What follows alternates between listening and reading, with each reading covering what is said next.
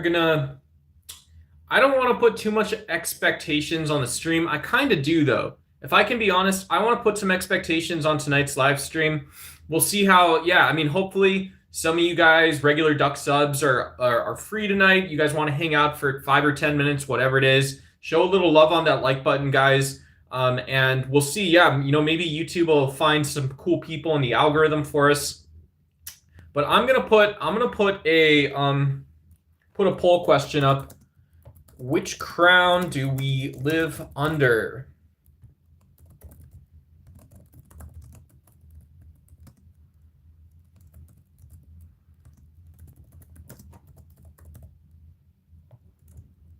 And let's see if we can do this the right way. Let's see if we can do this the right way.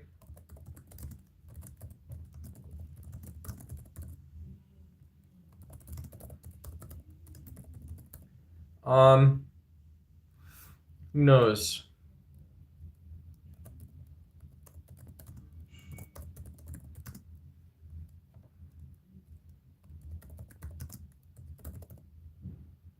Cool. There's the poll question, guys. I launched the poll question. Hopefully you guys see that.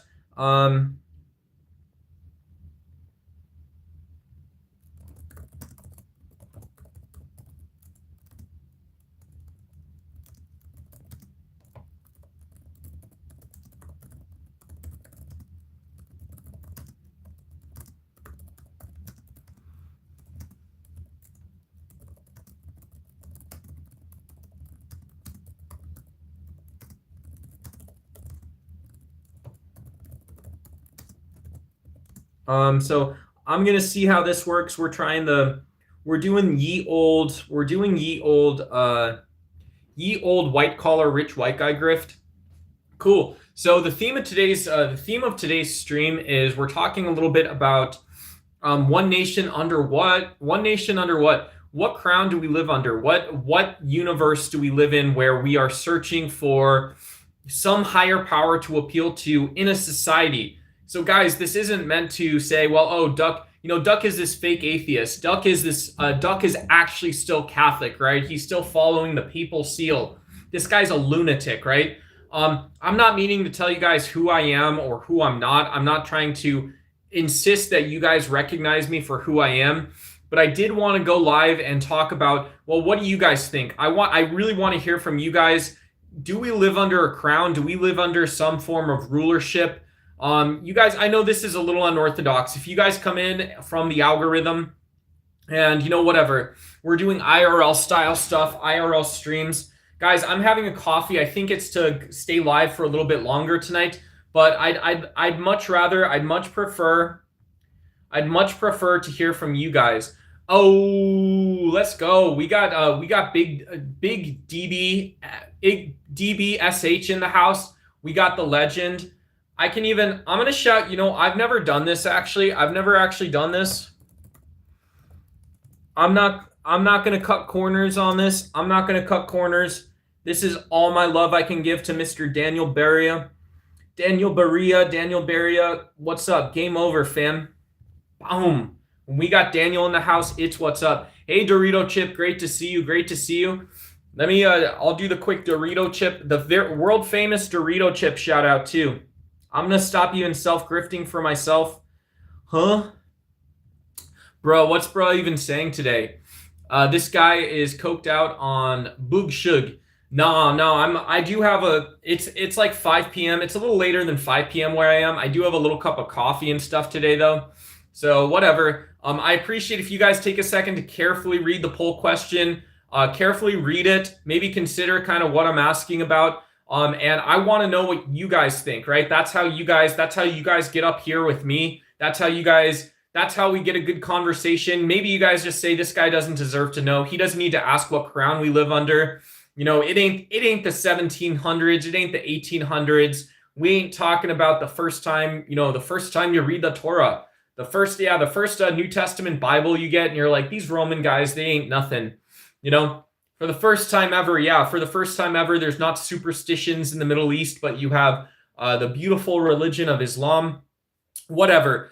Maybe you have Scientific Rationalism, or you turn on So You Think You Can Dance, American Idol, these shows for the first time ever. Guys, I'm so sorry. I know.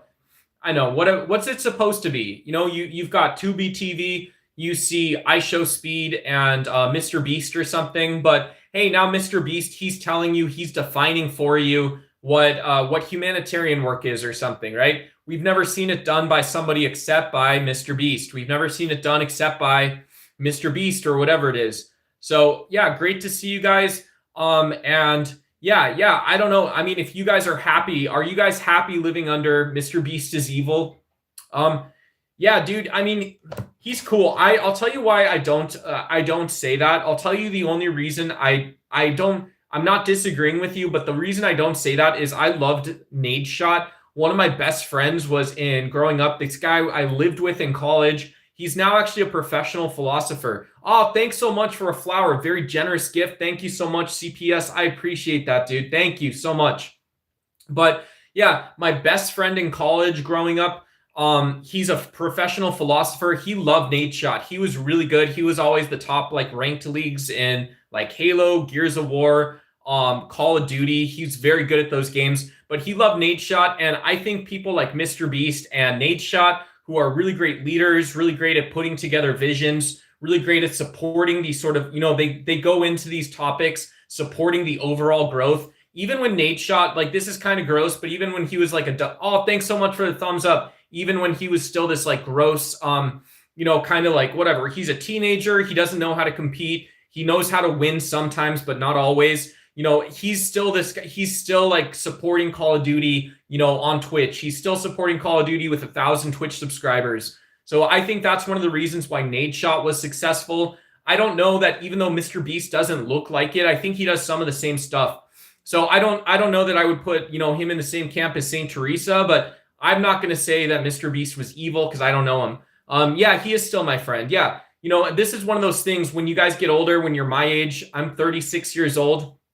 I have a ton of respect for him. He's one of the few, and I know smart people online. I'm friends with doctors. I'm friends with other professional philosophers. I'm friends with some of the biggest or most successful streamers.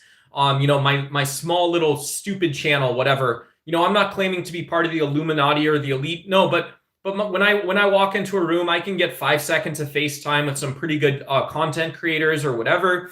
And yeah, my friends, I would still say, are some of the scariest smart people. We spent a lot of time considering ideas and stuff together. I'm very privileged, right? I'm a rich white guy from rich white guy from the United States. That's why I'm asking you guys, consider voting in my poll. Consider voting in my poll question. I'm going to do some comments. Are you watching the NHL? If so, who do you think will win the Stanley Cup? What's his name? Ovechkin? Whoever's trading cards are selling for $1 million. I want to see those sales go up to $5 million, right? I want to see those in mainstream I don't know why. I don't know. No, I always thought it was funny. I used to watch, so people trade basketball cards. You guys can collect your favorite players. You can also collect the most valuable cards online. But I used to watch these card things, and there were these really sad hockey dealers. And for a long time, for many years, people were like, why the hell why are you collecting hockey cards? Some people obviously knew that there was value and the players were awesome. I grew up watching Keith Kachuk. I grew up, whatever. I grew up watching hockey, playing more than I watched. Hockey was always a playable sport, not a collectible sport for me. But anyways, yeah. And so, but I'm not watching the Stanley Cup. This is how I'm answering it instead is, yeah. I think it's cool. I think it's awesome to watch, these people that did this thing that was kind of against the norm. Now these cards are worth, these cards are worth a ton of money. These cards are worth a ton of money now. So, didn't a guy from back then, I forgot his name, but warned about someone like Mr. Beast? Yeah, the Mark of the Beast 666. I don't know. He named himself Mr. Beast. I believe he's paid for New York jewelers. He's right. Mr. Beast has paid for gold insignias, emblems, totems, impressas. He's paid for symbolism. No, I don't know. He's just a social media creator. It's not that big of a deal. It's not a big deal. And yeah, when you're my age, I don't know, maybe some people do break up with their friends, but I don't have any, my friends were people, I was very lucky. They were friends I went to school with. I lived with a lot of people, kept up with them. We'd see each other when they came back in town. So, I mean, I am still friends with a lot of my friends. And yeah, we don't, I didn't never like broke up with people like that. Can I run my fingers through your beard? Yeah, that would be like $1,000. No, I'm just kidding. Yeah, the beard's right there. So I'm trying to give you guys a good view of what I got working, and that's it. I do think UFOs exist, but that doesn't mean alien. It just means unidentified flying objects, and later they become identified. Cool. Yeah. I mean, if you have evidence of UFOs or flat Earth, you have evidence that Wi-Fi causes cancer, you have evidence of any of these things, you got to let me know, right? I think you are subject to, in the poll question, guys, I think that is subject to, you're a slave to popular culture, right? You're a slave to popular culture. You're a slave to that money. Oh my God, Gavin, thanks so much, dude. Gavin showed a bunch of love. Dude, thank you. Guys, I really appreciate the continued support. I know I'm grifting online, but you guys that I appreciate it. I hope you feel no obligation to keep supporting the stream. Thank you so much though, Gavin. I appreciate it. Huge $20 coming in, no message. If you want to introduce a topic or anything like that. Yeah, thanks for the lessons. Cool. Yeah, if I'm able to share any of the things that I know and you want to pick up from it, I appreciate that. That's another way to say thank you. Thank you. I appreciate it, man. Z says hi. Yeah, cool. Hi, what's up? I got a bunch of valuable baseball and football cards from when I was younger. That's cool. Yeah, I did. I thought I had a bunch of cards that were worth a bunch. Some of them maybe were. But yeah, it's like the eye of the needle. When they say in the Bible, I don't mean to be but as a card collector, it's like threading the eye of a needle. Is when you say this card could be worth a lot, the actual statistical probability it's actually worth a lot is usually like 1 in 100 to 1 in 1,000. And it's based on the condition of the cards. A lot of the vintage cards, even crappy players, crappy teams, some of those are worth a lot of money. But it's based on the statistical probability still. This is what the better card collectors know. The people that have a lot, rich white guys like me, rich people that collect cards, that don't have to trade around what's hot right now, but can collect for the long term, know that you look out for these 1 in 1,000 cards. 1 in 1,000 chance that this card of all of them exists. So you look for that one and you literally don't spend money on anything but those cards and you have a little fun with it too. Anyways, I'm not about that like greed life. I'm all about like doing what you love, living in the moment. But yeah, for the people who's like, it's their life, it's your business collecting sports cards, you got to be able to take in and push away stuff that other people, right? If I go down to which crown do we live under, I would say the almighty dollar, right? People are always trying to make money off you. They'll tell you, praise be to God, this card's worth a lot. And you got to be able to say, no, neither of those things in this case. In this case, you're trying to sell me a crock of nonsense. So all my sports cards, none of them were that 1 in 1,000 sports card. But yeah, anyways, so I don't have $1 million. I made 11K last week. Nice, man. More than you ever made in your life. I feel nothing. I will be happy. I should have been a pilot. I'm going to need to steal a plane and yeah, hopefully not. Yeah. Yeah, don't say stuff like that. Don't say anything like that. But yeah, man, enjoy it, right? Savor it. I don't think anyone can tell you that they know what to do with your money better than you do. And so, yeah, hopefully you enjoy it. If you have that peace of mind that others in society don't have, right? I would say enjoy that, take time. And, the fact that at some point in the next 24 months, you will get to have some time off. You'll get to fire yourself from firing yourself, right? You'll get to hire yourself to doing something completely else, completely different. And you'll get to actually go on that spirit quest or journey to, yeah. So I would say, welcome to the coalition of rich guys. Welcome to the coalition of rich guys. Not every, I know it's probably the case. I'm just guessing. Maybe it's not true. Maybe you do make 500K a year. I'm guessing you don't always. But yeah, people that want to work to that level where you can make 500K, and yeah, you do something different, you're going to have a responsibility and stuff there too eventually. But yeah, enjoy it, man. Enjoy it. Enjoy it while it lasts. Yeah. Um, Laughing Horse Orpheus, my best friend and me met when I was 12. You're 36. Oh, cool. Yeah, nice. Nice. Nice. Yeah, that's cool. Yeah, I'm too feminine. In reality, I'm too much of like a femboy or a feminine guy to actually appreciate everything my friends did for me growing up. I was kind of always the coattail rider, I think, in terms of our social organization, our hierarchy. I depended on my friends for a lot. Um, and I'm at least honest about that. I recognize it and appreciate it. I was asking if you believe aliens exist. Yeah, I don't. I don't think I was. So this is from Dorito Chip in chat. I was asking if you believe aliens exist. We all discovered frozen bacteria and organisms on other planet. Yeah, I mean, I believe more than anything. I believe more than anything that would be subject to popular culture, not scientific discovery, right? And I think you're kind of calling that out. That when we think of when I think of frozen bacteria, I'm not telling you what we think or what I think, what you think. But I see that these are scientific discoveries. These aren't actually about organisms on other planets. You know, seeing that there might be fossils on Mars doesn't tell us what these actually are or were, or how they're classified as life or biomatter or something like this. So I mean, I think it's probable. It would be crazy, right? The craziest discovery. Here's my banana for scale.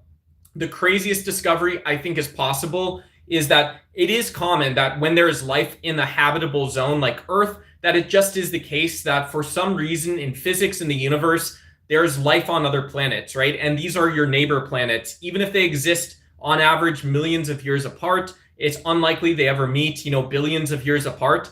But that would be the craziest discovery from Mars we could make. That you learn that because we discover life on Mars, it's also the case that life on Earth is just like many other places in the universe. Maybe it's true, but I don't see a reason. This to me is pop culture, science fiction. It's not real life. Hey, what's going on? Hey, Allah, good to see you. Good to see you. You look like what's going on, Lord's champion? Most of them was because my parents held on to them. They are graded. I know what cards I have. I have a signed Derek Jeter card, pre-rookie Yankees. That's pretty cool. Yeah, that's pretty cool. Man, who knows? Maybe that card's worth a lot of money. Yeah, and maybe it's a lot of fun. It's a great collectible or valuable to hold on to. You can never buy your card back. This is also true. Even very rich white guy collectors like me, rich business people, Mark Cuban, Elon Musk might tell you this, sports card investor, these guys on YouTube, they might tell you this stuff. They might say you can never buy back the card that you sold. You can never buy back the card that you sold. And this is also true, even though some of those cards are incredibly lucrative, incredibly valuable in the moment. But there's millions of lucrative cards. There's millions of lucrative business deals, hires, decisions, strategies. Money is cheap, right? This is something rich white people say. Outside of the socio-political context, money's cheap. If you don't work for the almighty dollar, you might live in abundance. And yeah, and this is great, right?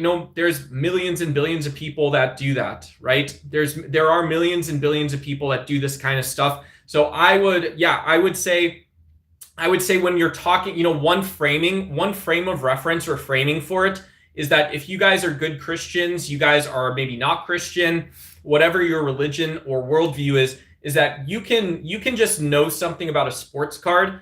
But yes, you can't unknow if your grandpa gave you a Mickey Mantle card or your grandpa gave you, doesn't matter, old Joe Louis cereal trading card, or my grandpa gave me an old Notre Dame football. This thing's a piece of shit, right? It's not worth anything, but I still have it in my old kid stuff in the garage.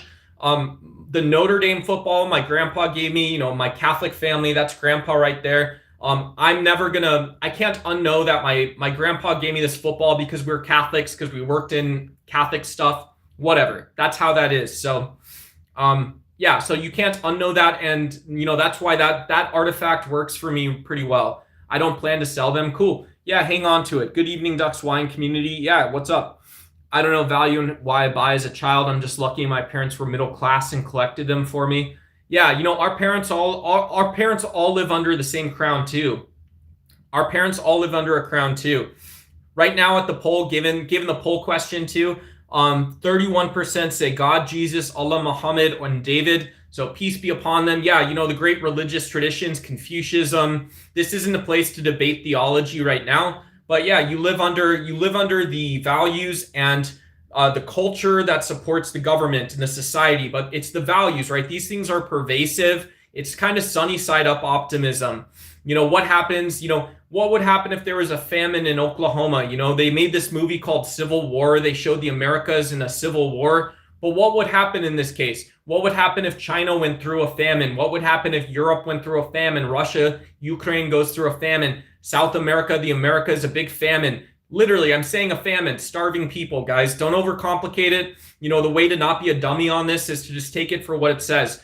And so, if our parents live under this system, we would hope and expect these values carry through on a level of society. How crystal clear is that? The level of society, how clear is this? If you're going through a famine and you don't have people, committing sins or atrocities, our secular values are not collapsing. Who knows? Maybe in this case, religion is this powerful.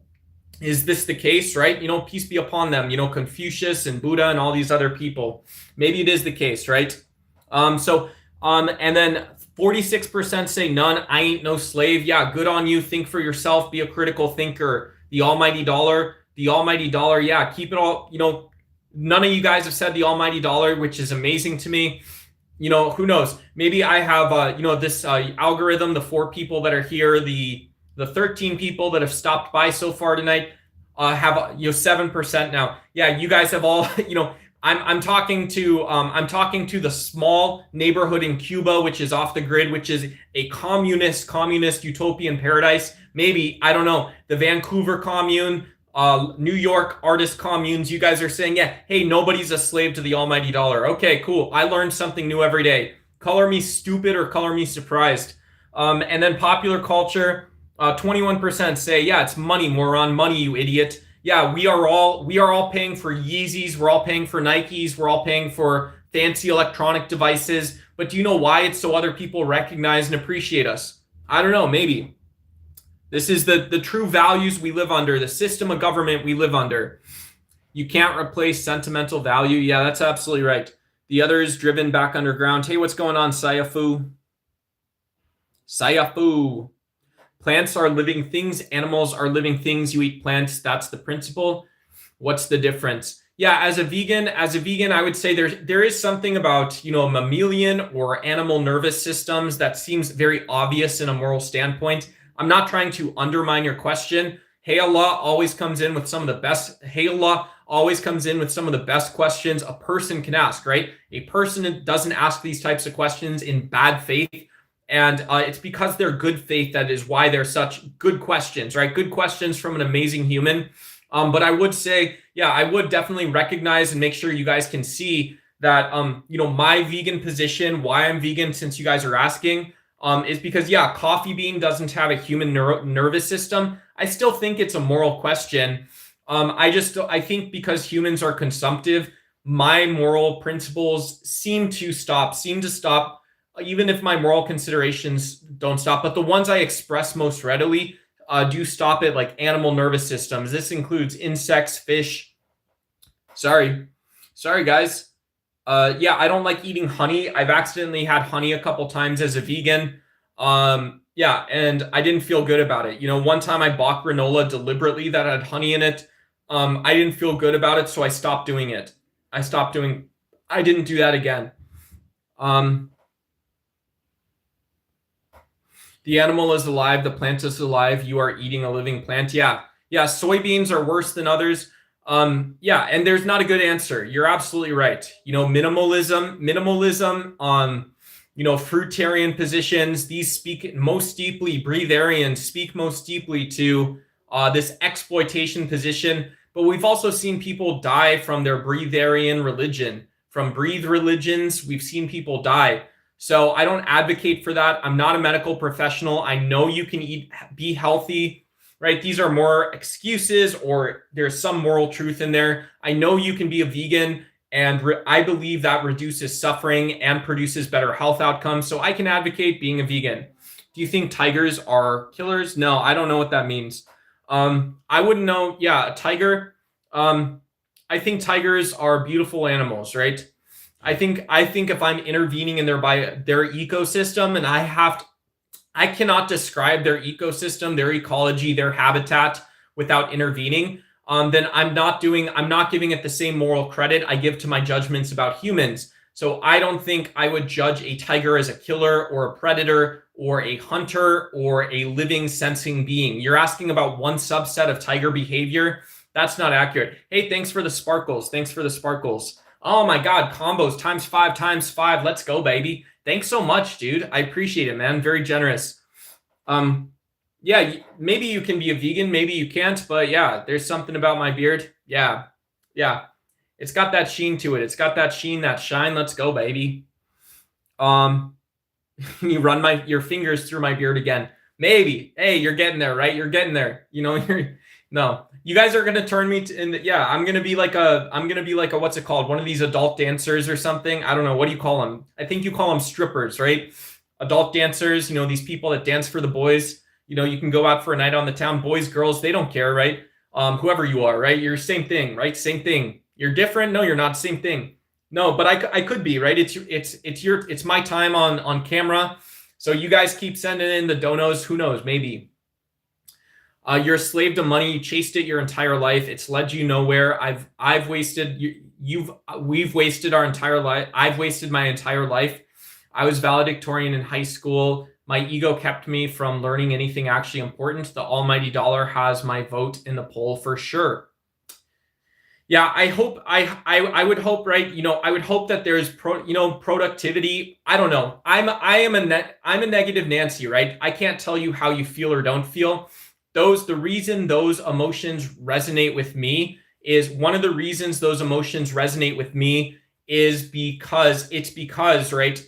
It is because it's because I think negative emotions have to be productive just like positive emotions are, right? And so yeah, the almighty dollar, yeah, if you're a slave to the almighty dollar, you're one of the reasons, right? I would say you are so far off. They used to drop, I'll tell you what, my first sales job was off of Craigslist, right? My first sales job, I got a job off the white paper, the yellow pages, how you look things up in a phone book to give someone a call. This is how I got my first job in sales. And yeah, they put these sales offices right next to Chipotle's, right next to your local credit unions in the United States. All these, your phone job, you're right next to all these places. And it doesn't matter where in the country you are, you can still go do these telesales jobs off of the phone book, out of the phone book, right?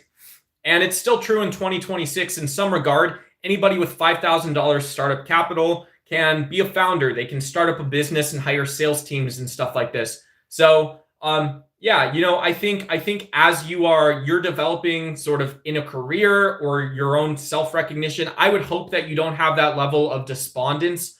Yeah, I would hope that you're happy while you're doing your job. And yeah.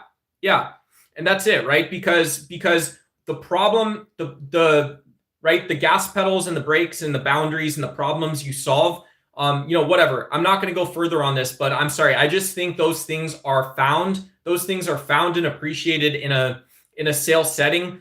But it's not solved. You solve it in the way that you conduct yourself and carry yourself, right? The way you insist on things. If this is I don't know, my own business moral positioning and strategic positioning, how I stay healthy, how I've stayed healthy is pushing away from some of that. I think a real contrarian says that, yeah, and understanding that, making a lot of money and insisting on it is you've done a lot of the right things. But yeah, I'm not going to preach toward you and at you. I'm just saying that at some point, what you don't like about that, maybe, if there's a winning or losing, is that you're going to freeze and I'm not going to, right? You don't want to be the guy that freezes. You don't want to be the person that freezes necessarily, if I'm reading your comments correctly. But you're going to be that person, because there's just a slightly bigger picture to it. It's not just about liking and disliking stuff. At the end of the day, it's why. Anyways, who just took a nasty on this, man? Yeah, sorry. That's my facial hair. That's my beard. That's my beard. Yeah, that's my beard. Thank you. Hey, what's going on, Patel? Good to see you, man. What's going on, brother? Thank you. Thank you. I shouldn't have deleted. I should have left one. You're against killing animals. I'm very curious what you do when your house is infested with insects. Nathan, you're against killing animals. I'm very curious what you do when your house is. I haven't had an insect infestation in 8 years. In 8 years, right? So I haven't had an insect infestation in 8 years since I've been here. So I put bugs in a cup and I take them outside when they get into my house, or I let them live in the house. Yeah. If there's a fly or a moth's not going to infest a house. So if you guys are in Australia, you know that's true as well.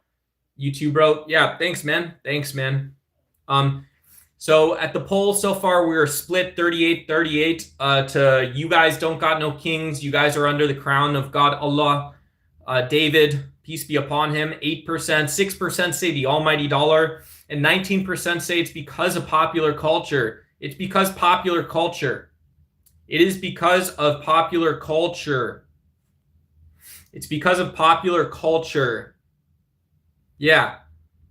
I think as the second half of Trump's presidency shapes up, we're going to see that the utility of the dollar in economics plays a larger role in places like the United States that are so large, so distributed. But one of the reasons this is also because capitalism plays a function as a communicator of values, not being values itself, right? Capitalism, in some sense, when you say it's nihilistic and you say that, well, moral value can only be derived from some space of where truth emerges from pricing.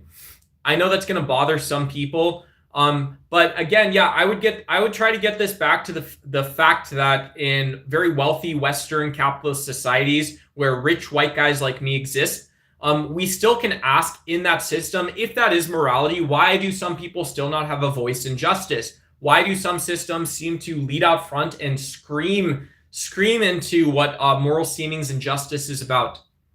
Yeah, hey, thanks, Gavin. Good luck next week, too. It's Sunday, right? Dude, I hope you have a great week. Love from the internet, man. Appreciate you hanging out here. And yeah, go get them chickens, right? Hey, the same thing. I would say this to a business asshole I didn't like. I would say, go get them chickens. I can also say it to people I do like, right? Go get them chickens, Gavin. Go get them out. Yeah, get them all out, right?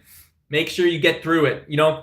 Yeah, Spartans, what do? Hey, you told me get the fucking chickens out. Go get them chickens, boy. Go get them, blood. Be a good Gersten boy. Gersten, right? Go get them chickens. Gersten. All right. Go get them chickens, boy. Go get them, blood. Yeah. They're not going to know what hit them. There you go. Have fun. Yeah, come back when you have a fucking shot in hell. Come back when you have something good. Something worth somebody's time. Right? Isn't that what they tell you? Hey, come back. And this is the other thing in sales, guys. This is what your CRO knows that you don't. Closing one big deal matters. Also, if you don't have one big deal, B2B, this selfish white guy's on the internet crying again. Blah, blah, blah, this is me, blah, right? That's not me, right? I don't know who it is. But yeah, if you can't get 1 to 10 big deals, you have to go get 1,000 small deals no one cares about. Because these people don't care about other people. They don't care about you. Fuck the customer, right? Fuck them. Yeah, you're buying technology. You're buying, I don't care. You're buying 3D printed nuts and bolts that you get delivered in 2 weeks. I don't care. You're buying you're buying this little like stupid software that has 1,000 drivers in it. Nobody cares. Whatever it is. Yeah, so you're buying nuts and bolts. Okay. You're buying nuts and bolts then, right? I need 1,000 of you guys to buy these nuts and bolts. Yeah, good luck, man. Good luck, man. I hope you're in a great mood. Dude, come just chill, right? Obviously, come chill. Like I mentioned, I really mean that I love you for your money. I don't love you for your money. So come hang out here, right? We deal with numbers, with trillions, with T's and B's here. So come hang out. Don't feel obligated to talk about your financials, whatever. If you want to talk about it, I'm happy to talk. This is just a YouTube channel. It's always going to be a YouTube channel. We cares ourselves big times about the M's, the millions. We cares about the B's and the T's, and we care about people. Yeah. I'm a red-blooded male. I love a big set of tits. Sorry, guys, I won't say that again. But yeah, I love big numbers and I love individuals. I love seeing when the system collapses and fails. You got to see it. I love being there for it. So I really mean that, guys. Yeah, appreciate you guys all being here. Even if popular culture says to do this or that, what's acceptable, you as an individual still have a choice to make for yourself. Still have a choice to make for yourself. Yeah, that's great. That's a great point. We do have moral. I don't know if I'm reading this, what this is saying to me or waking up inside of me is that I still have a relationship to justice and to morality. So I have an obligation or a duty to talk about justice. I don't just have an obligation to follow the law. I feel personally I have to go one step beyond following the law. I have to go to talking about wrongdoing and right doing that just happens in a society because of the systems, because of the ideologies, because of the way that our values express themselves in a society. I have to go do better by all those things. But I also believe in morality, right? I also believe in a personal sense of morality. And yeah, who knows? I am America Muslim. I believe that my values are also about economics. I believe my values are also about capitalism and liberal values. I don't believe it's about Northrop Grumman. Allah, John Locke and American philosophers, they didn't bless the holy crown of military spending in Blackwater and, Jason Bourne Treadstone. They didn't bless your senators lying to you in reality, calculating the cost of a life in economic terms for the military industrial complex. They didn't bless big oil. They didn't bless whatever it's called, Bill McNeil Smiths and partners building random shit in every corner of the universe that looks exactly like everything else. They didn't bless Chipotle. God bless Chipotle. I think we should be grateful and appreciate and humble around these things, but I'm also, for popular culture, I don't remember the period of time where we spoke about Emmett Till in depth. When did we talk about Emmett Till in depth? When did we talk about how it took, you raised grown-ass adults for 40 years where not one person was willing to step up and stop the killing of this young black man in the United States. This was a black boy, right? You raised adults for 40 years that were and not one person was willing to step up and talk or stop this. So, I don't remember justice being left off the menu. I also don't remember justice when it was popular enough. So I feel I have that responsibility. Advice to get a girlfriend. Yeah, do normal stuff. Whatever. I don't know. I'm not a red pill influencer. Somebody asked for advice on how to get a girlfriend. I'm not a red pill influencer. I don't identify as a man. I would say don't watch anime. First and foremost, never watch anime. Secondly, don't do weird stuff that happens on the internet. Thirdly, delete your Reddit account and make a new Reddit account. Fourthly, if you guys are able to, I don't know what the world is like right now, but if you guys are 16, 17, you guys are 18 going on 19, 20, whatever it is. I see 21, I see 22. Yeah, if you guys can get any type of job, having fun at work and getting good at that sort of peer leadership role where you're contributing to a team goal. Do those types of things. And then don't put too much pressure on yourself, right? I'm not a red pill influencer, but I would say, instead of just saying like, what's up, instead of saying, hey, what's good, little mommy? Instead of saying something like, hey, is that a BBL? Like, I would say don't do the opposite of that and just allow things to just be someplace, right? It's okay to get a broken heart. It's okay to deal with that emotional trauma. Most of us guys do. And yeah, if you have a shortcut to success, the risk of this, the risk of putting some nitro fuel in the tank and you're like, hey, what up, little mommy? Hey, what up? I see like a Sophie Rain knockoff, right? Hey, no offense, but I see this beautiful woman about her business. She's successful. And I'm like, hey, my name's Giampaolo. My name's Giampaolo Rigatoni. I got a 7-inch dingus from Florence, Italy. And I say this to her and I'm like, hey, what's up? I think having nitro in the tank that I make too much money. I think having nitro in the tank that I've got these goals. I've got these goals for us already. I've already got this vision for us. You know, I think having that nitro in the tank introduces both challenges, risks, and opportunities. So you don't need that. You know, my advice for anyone out there, if you guys aren't red pill, you guys are clearly not red pill influencers. Delete your anime apps. Don't watch anime. Watch Ducks Y. Any questions? No offense, etc. Right? You don't have to say it. You don't have to say it, right? Okay. Do you know the big news? I haven't heard the big news. Is there big news? Tell me, please tell me. Did I miss something? Hey, what's going on, Emmy? Good to see you.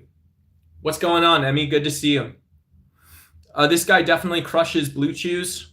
Hell yeah. I don't know what those are. Those are, yeah, hey, yeah, I'm not a red pill influencer, but ask this of Andrew Tate, right? Myron Gaines, Andrew Tate, Richard Spencer, if you guys are watching, Andrew Wilson. Give me the honest answer. I know that thing doesn't work every day, period. Do you know why? Because I'm a vegan. And guess what? Guess what? I know, no, don't guess. I know it doesn't work every day. Did I say that?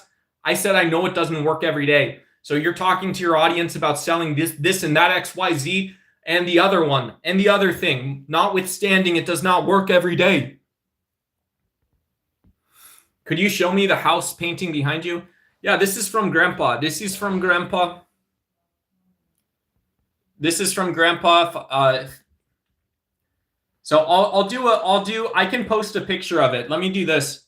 If it's not that urgent, I can post I'd be happy to post a picture on my, on the feed section in the social media posts. My grandpa had a stroke. Yeah, my grandpa had a stroke. He was in the US military. He had a stroke, but he liked painting, right? Him and my grandma, he liked painting.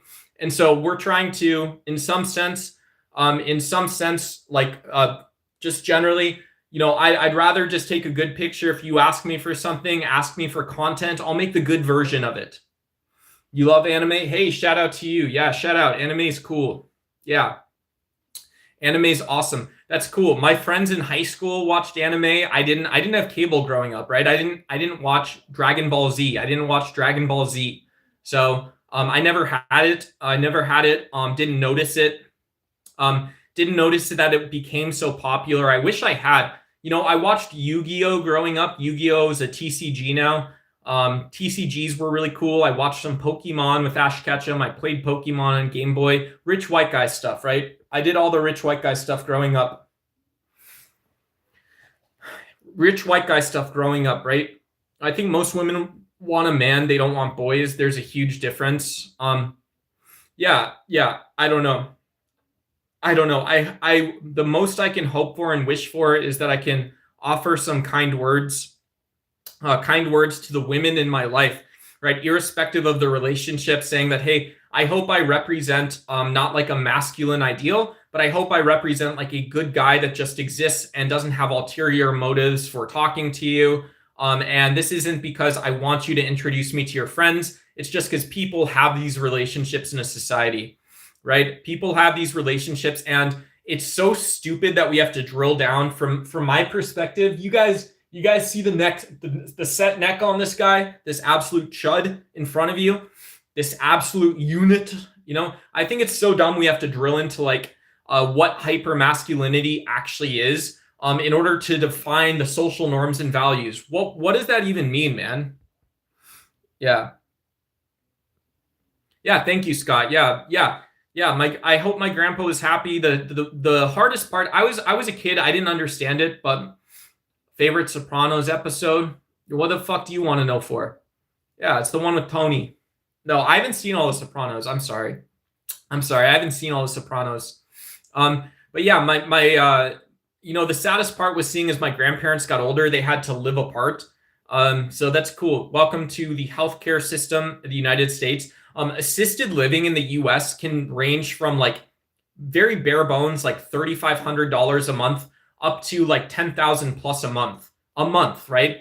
And so, yeah, sometimes this does include room and board, like rent and medical care, but then you're paying more for medical visits. You're paying more for all your other healthcare services. And so you have to have insurance, or you use all your retirement savings for this help. So this kind of sucks, but my grandma and grandpa, as my grandpa got older, even with the stroke, it was harder for him to move and stuff. So it's like, yeah, this seems like a good problem. This seems like a reasonable problem society can focus on. Having AI, having an AI business, making AI businesses, to me, that seems like a less reasonable version of that seems like a less reasonable version of the problem, right? That seems like a less reasonable version of the problem. You know, yeah. I'd say get out, right? I would say like, look, we should talk about single payer. We should look at universal healthcare systems. If it's not now, it's now, right? It's probably pretty close. Most people aren't actually. This is one thing people don't understand about like doctors is I'm not saying doctors in the United States or doctors and pharmacists it's not that they don't want, to have universal payer systems, right? Because we all pay into Social Security, we all pay into Medicare, Medicaid. In the United States, this is how private insurance works, which is very stupid. You can go to places like the West Bank in Gaza, and you can say, well, they also have it. They had NGOs and private doctors and things like this there, but nowhere else in Palestine was this available. You had to be a rich Palestinian, a rich white male in Palestine to afford this. And then Benjamin Netanyahu and the Israelis responded to October 7th, and they blew it all up. They blew it all up all at once. But yeah, this is one of the things I don't know, right? If everyone understands is that doctors get into it to help patients. Doctors got into it to help patients. And so most doctors who start their own practice or start a clinic at some point see the writing on the wall and say, well, look, we do work for insurance companies. So in some ways, our business is designed around the payer system. And that means our business is designed around insurers and not patients. Our business is therefore also designed around all the other healthcare services that are clinical, but also we don't have a direct path of delivering those services. So yeah, get out Donald Trump, get out. Conservatives have not been willing to engage the issue of healthcare for others. So get out, right? Get out. That's what you're in it for. Get out. Get out. It's very stupid. It's very dumb.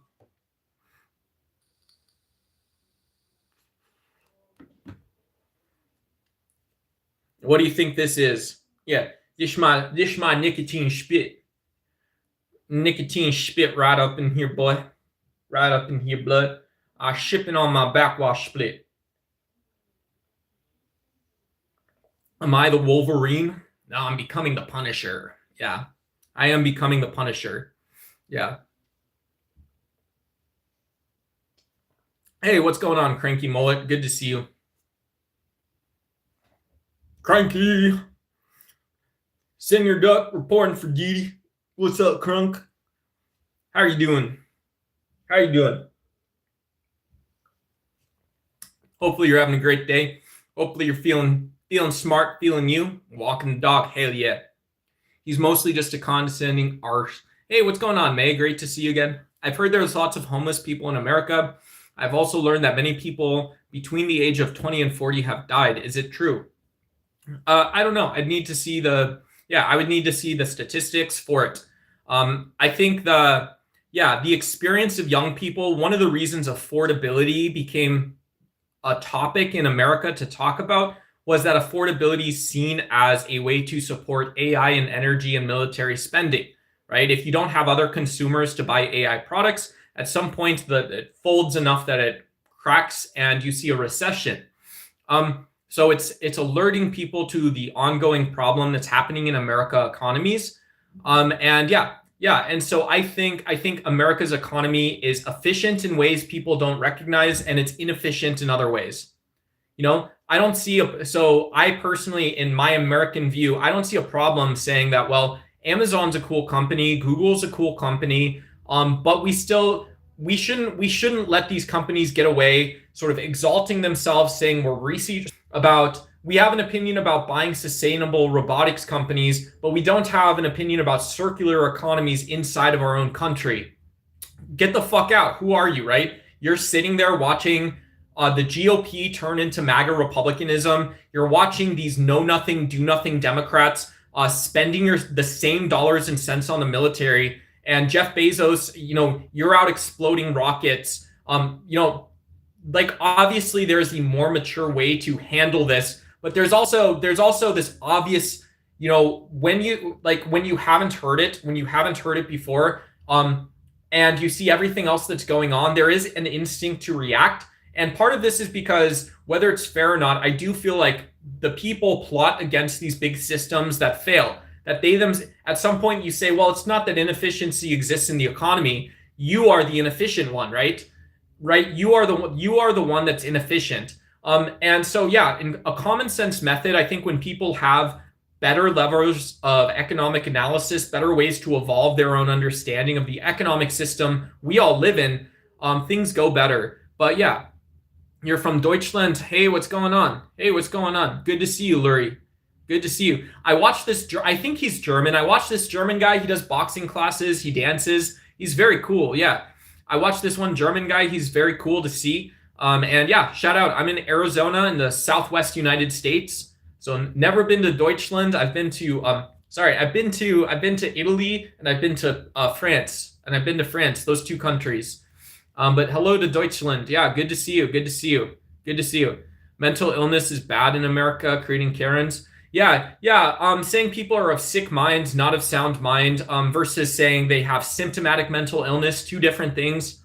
Yeah, two different things. I do think that having traits where it's like you appear to not have a mental illness that in the clinical sense, and so you're not mentally ill, but you are displaying traits of disassociating with reality that don't appear to be producing uncomfortable symptoms. They don't appear to be some deficiency in neurotransmitters. So I don't know what's wrong with you. You seem like a dumb person, but I wouldn't say that mental illness. I don't know.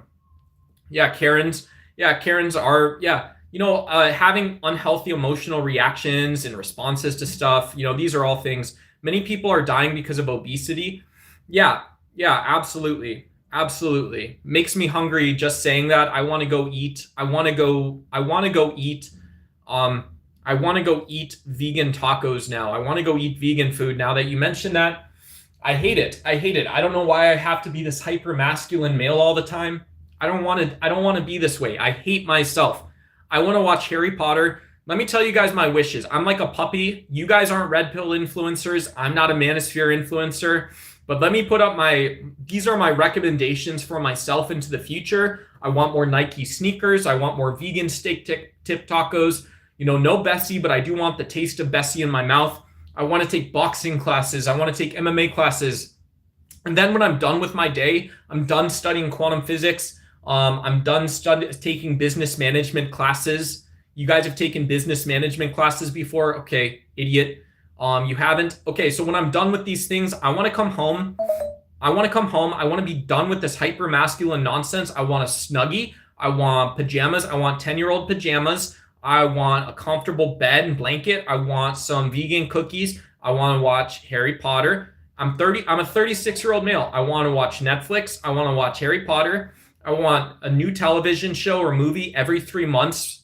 Every 3 months, I want something that's really engaging. And I want a way to return impact back into my day so I'm not wasting my time boosting my T levels, taking MMA classes, doing a bunch of bullshit nobody cares about. That's what I want. That's what I want as a red pill influencer. I'm a red pill influencer. Hey, you're sharp. I hope you are at peace. You seem calmer than me for the most part. Hey, thanks, David Webb. I appreciate it. My name's Nathan or Duck. Welcome to Duck's Why. We do evidence-based scholastic politics here. Yeah, I'm not a red pill influencer. I hope you know that I'm joking. I also hope that you know I hope you guys know that you guys can always read online. You guys can turn your laptop and your smartphone, your workstation. You guys can turn your workstation into like a library. You guys can read the Tao Te Ching. You guys can study scientific descriptions of shit. You guys can read current event news stories, develop an opinion of what's going on from your workstation. Yeah, from your smartphone and laptop, these things do that for you. So yeah, if Dave Portnoy was effeminate. Yeah. I don't know who Dave Portnoy. I really don't know who Dave Portnoy is. He's the guy that thought it acceptable to do pizza reviews. Yeah, he was the guy who saw himself making a ton of money and did pizza reviews because people wanted pizza reviews. Shout out to you, Dave Portnoy. Shout out to all the baseball boys. Yeah. No, I'll invoke if I have full body PTSD and I've got a bad seeming about Dave Portnoy. Hey, he probably does too, right? He does as well. Dave Portnoy probably also has full body PTSD. Maybe he doesn't, but I'll adopt the Mr. Beast rule if that helps. Maybe it doesn't, but yeah, I don't know you. I've never met you. I don't know what Barstool Sports is. And yeah, I don't know you. I don't know you either. I don't know, yeah, what your media company is for. I don't know what your media company is for. Now and only now, right? You're making anti-trap publication. Whoever come to power would be good for everyone.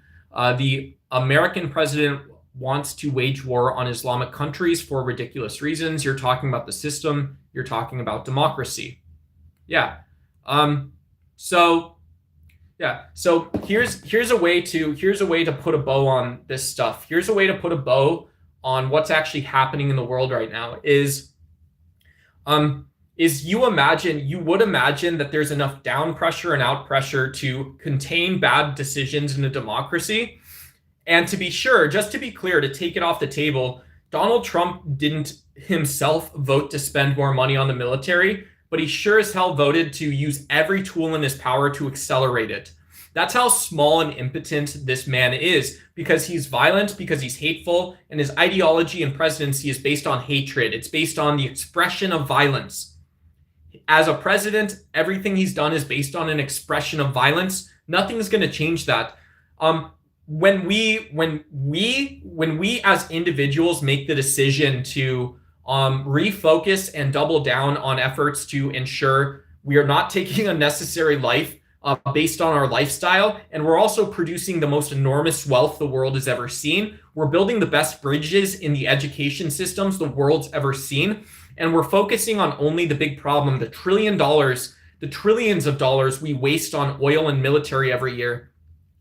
I think we're better aligned.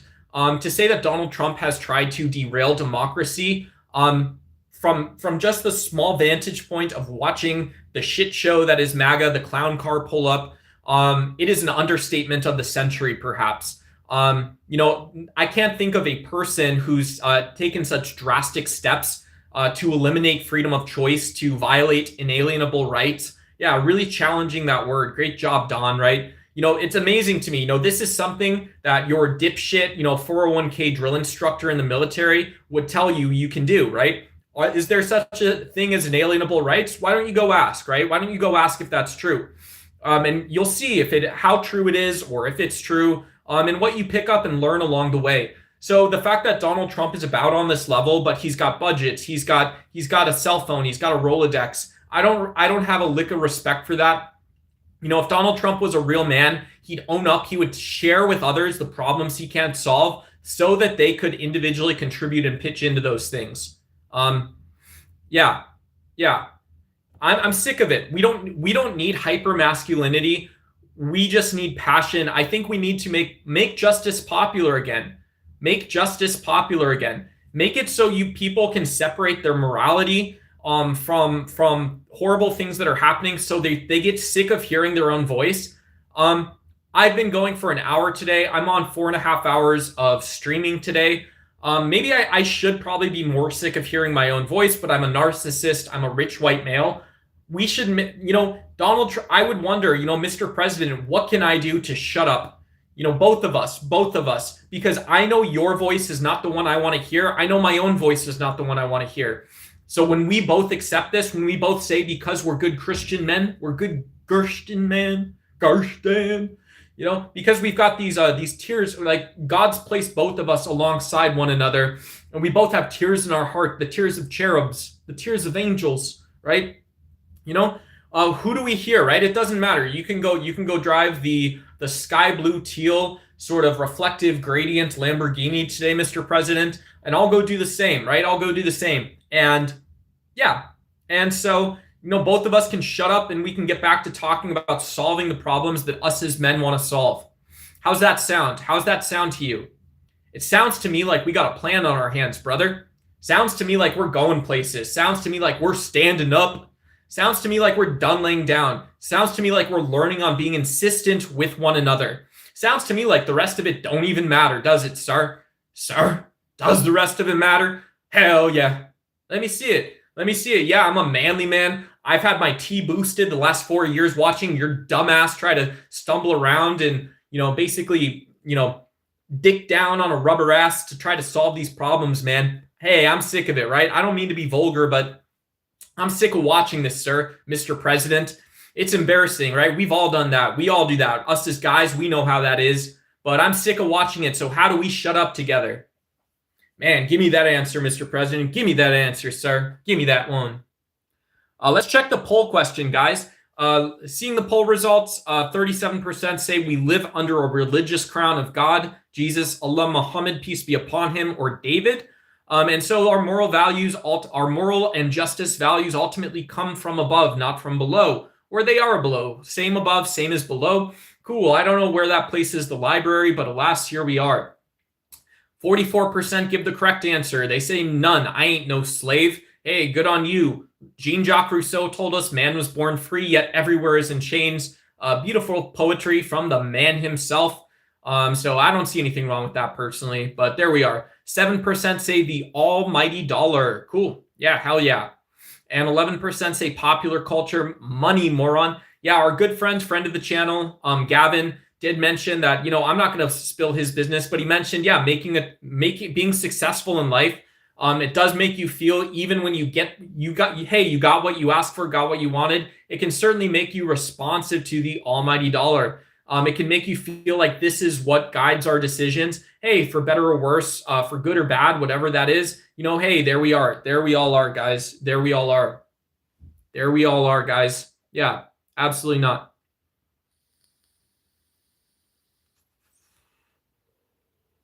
You're making anti-trap publications. Whoever comes to power would be good for everyone. The American president wants to wage war on Islamic countries for ridiculous reasons. You're talking about the system. You're talking about the system. You're talking about democracy. You're giving small numbers. Yeah, please correct me. Please correct me. I'm not asking you to do my research for me. But if I am misrepresenting what seems to be a threat to U.S. national security, and it is doing so especially at the extent of human life or other life on the planet, I would like to know that argument. Ellie says, am I single? Yeah, I can't really answer that. My name online is DucksY or Duck.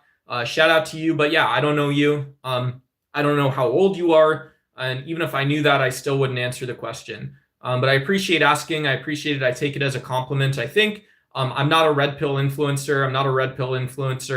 I'm working on my jerk personality, and I'm working on political science stuff, I believe. I take it to mean. So, yeah, shout out to you guys. Prophet Muhammad, the world's number one man. Yeah, peace be upon him, right? Peace be upon him. Peace be upon him. Yeah. So, whoa.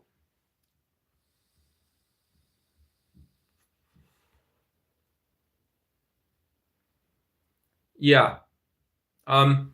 Okay, so yeah. And so taking integrative approaches,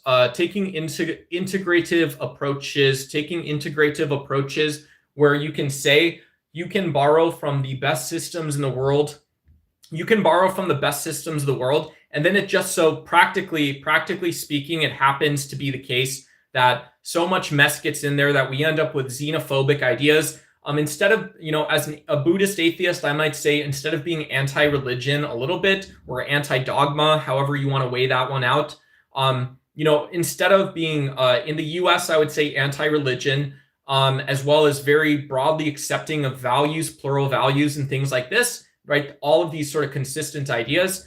I would mention, I would say that we are prone to, the remembrance is that we are prone to adopting. Yeah, thank you, Dr. Cool. I appreciate it. I'd like to, Dr. Cool 67. Yeah, thank you.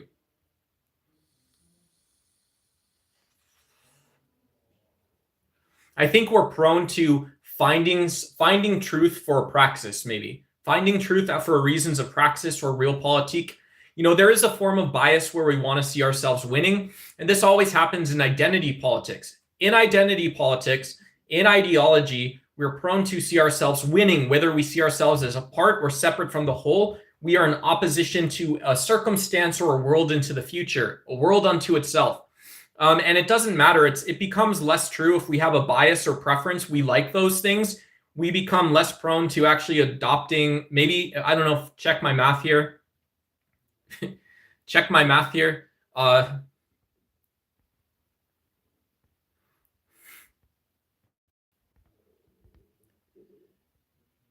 Ow. Smoking is healthier than fascism. Yeah. Hey Allah, you got timed out for 600 seconds for 10 minutes. I don't know why Hey Allah was timed out for saying Muhammad is number one man. He wasn't doing apologetics. He, she, they, that person was not doing apologetics. Yeah. No apologetics. Hey, Dink. Hey, good to see you. Hey, good to see you. Great to see you.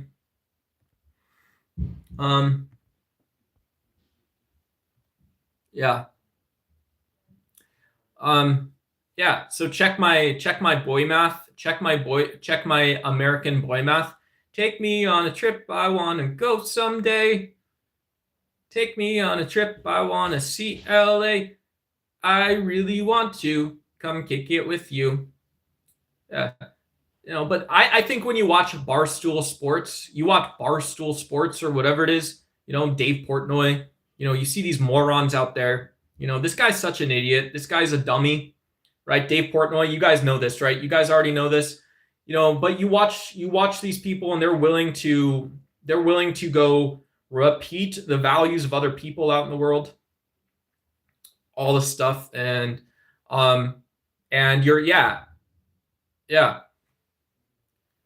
you're willing to, and so Porty Boy, right? It is Porty Boy. It's Porty Boy. And what's unfortunate or fortunate about it is at this time, I think young men are learning from Dave Portnoy. Young men are learning from Dave Portnoy. They're learning how to evaluate a Neapolitan slice. They're learning how to evaluate a New York slice and other slices. And they're learning how to relate Dave Portnoy's social media presence, the impact he's made in social media, to other things, right? And so when you have teachers and educators talking to you about these things, in reality, it just becomes the case, hey, whatever. There's smart guys, there's dumb guys. You guys know how it is. And yeah, it becomes right here. I wikied him. Yeah, Dave Portnoy, he's a billionaire, right? He's a rich white guy. He lives in, I believe he has a business stationed in the media capital of the world in New York City. This place is a hub for everything, right? You can be on a plane in UAE, Dubai. You can be in Paris, France. You can be at Fashion Week. You can be in London, right? You could be watching Richard Spencer at a protest in the UK. You could be flying out to the Capitol to watch these insurrectionists in a minute, right? It doesn't really take that much. It doesn't take that much. And what richens this pot, what sweetens this pot is the people, right? The people who are involved there. Yeah. The people who are involved, So, Allah Akbar.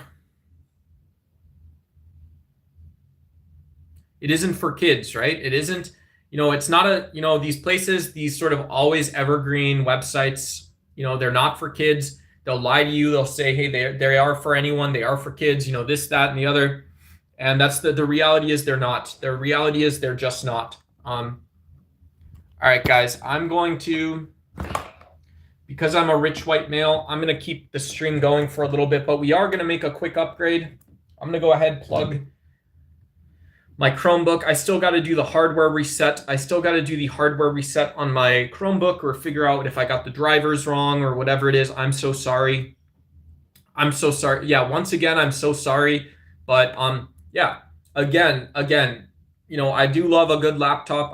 Love a good set of GPUs, CPUs. I love a good set of form factoring, dual channel RAM, etc. as much as the next person. But what did I lose? What did I lose out on? I probably lost quite a bit. I probably lost quite a bit of time here, quite a bit of my own life. Got a driver reset. Where's Buddha? Hey, he's getting reincarnated, right? Getting reincarnated or something. No, he's not. He escaped that. Yeah. But the Dalai Lama, right? The Dalai Lama, who knows? Maybe we will have another Buddha. Maybe we will have another Buddha in the next couple decades, next couple years. You never know, right? You never know. You can maybe place your bet. Place your bet on it.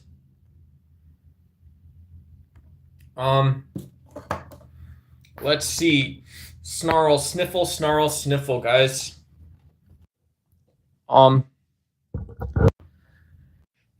All right, let's go check analytics a little bit. If you guys want to, I'm going to check analytics briefly. Sorry, if you guys want to suggest a topic that isn't where a supernatural being or creature is, please feel free to do so. Or whatever. And yeah, I have nothing good to offer you. I have nothing I could ever offer you. And yeah, so all right, I'm a lonely white male. Oh, nice. Yeah, I love New York City. I've never been to New York City, but yeah. Yeah, even at 11:30, cool. Nice. Yeah. I don't know how Zohran Mamdani, tell me how you feel about that. He wants to spend $20 billion on apartments. Hey, whatever. Good luck to you guys. I wanted to see you guys be successful with the, New York plans and whatnot, but I don't know about all that. I don't know about any of it. I mean, which crown is that under, right? How much is Zohran Mamdani talking about government? How much is it popular culture? And it's just money again, moron, right? It's just money once again. These idiots that want to come out and say it's something else. I don't know. I'm an idiot, but yeah. Mamdani is a hero says game on lane 6077. Cool. Shout out to you. Yeah.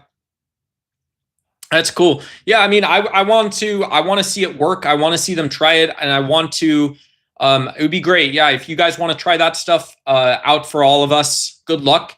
But I don't know why it's not stealing from taxpayers. I don't know why it is either a non-sustainable version of the economy, but fix my mind, right? I understand if you guys want to spend $1 billion or 33 million or whatever it is. Hey, I understand these numbers, right? I understand those. When you say 20 billion and you're talking about housing, I get it, but I kind of don't. It gets a little bit harder for me. I'm just going to be honest. It gets a little more difficult for me to understand that. So yeah, explain it, right? Explain it. It's not that I don't understand it, but explain it to me, So, but yeah, only 9%, based on the poll, what crown do we live under? If we're under Mayor Zohran Mamdani, elected Democratic mayor of New York City, so very competent guy, smart guy, but only 9% would say that, yeah, Zohran's plan is popular culture and it's money, moron. Check the poll results. Tell me I'm lying. 9% would say the almighty dollar. Yeah, so, maybe you guys don't believe Zohran Mamdani's corrupt, but you also don't think he's just doing what New Yorkers asked him to do. It's populism. 44% say, hey, you're not a slave. You're going to make up your own mind. 38% say, hey, God, Jesus, Allah, Muhammad, David, right? Don't rock the boat. Don't challenge what the people already know and think. We're an allyship channel, Gutter Network. Yeah, we're an allyship channel. So hopefully if you do have a public social trans identity, hopefully you can come here, hang out for a little bit. Don't need to declare yourself, right? Like Charlie Kirk wants you guys wanted in the trans genocide, wanted more armbands, right? Make them fabulous, he would say. Yeah, this is what Charlie Kirk said. Make the armbands fabulous. So hopefully we're a place where people don't have to say bad words, and we can also, no bad words. And also, it's a place to maybe develop a little maturity in political beliefs and hang out just like everyone else here. Yeah, that's what we do on the channel. Just like everyone else here, right? Just like everyone else here. So, but yeah, the taxation is going crazy under Zohran. Yeah. Yeah, taxation may be high, but that's also a form of populism. That to some people that is the issue, and I appreciate that political view. I really do, right? I do have fiscally conservative values. I appreciate it, but that doesn't talk about that doesn't exhaust political possibilities. And I think smart conservatives know that.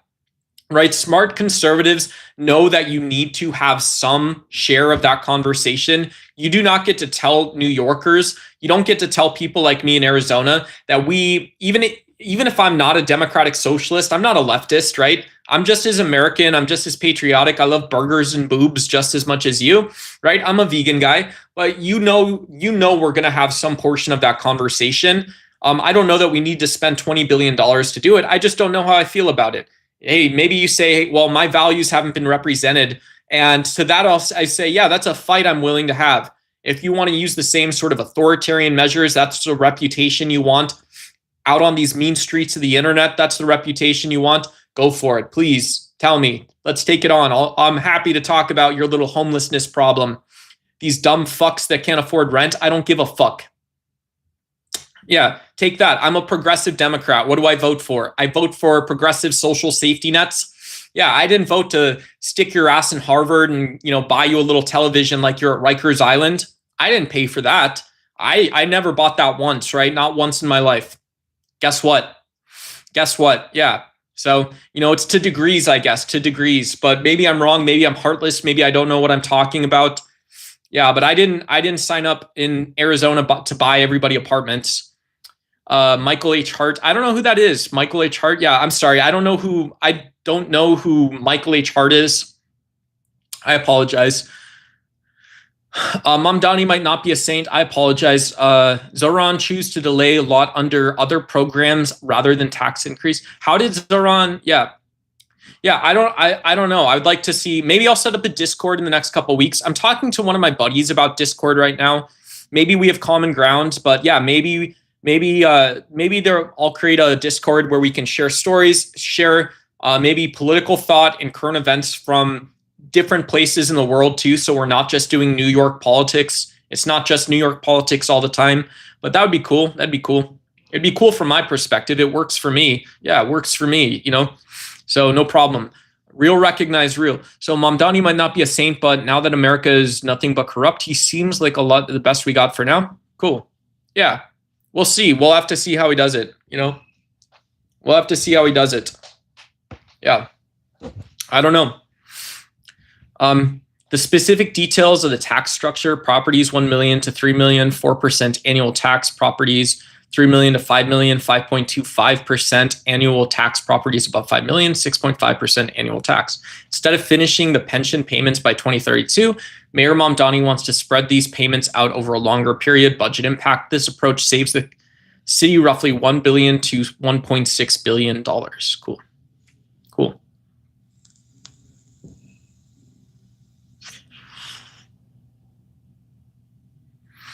Hey, what's going on, Mickey? Good to see you. Happy Sunday, mate. Happy Sunday. Good to say ya. Good to see you, man. But one thing I've been seeing around myself, the amount of job losses here. Yeah. Y'all got any of them jobs? I got Monday. Oh yeah, you're further out than I am, so you're further out than I am. Yeah. Cool. Job loss sadly increasing everywhere. Yeah. But I really want to get if you guys haven't used Discord, I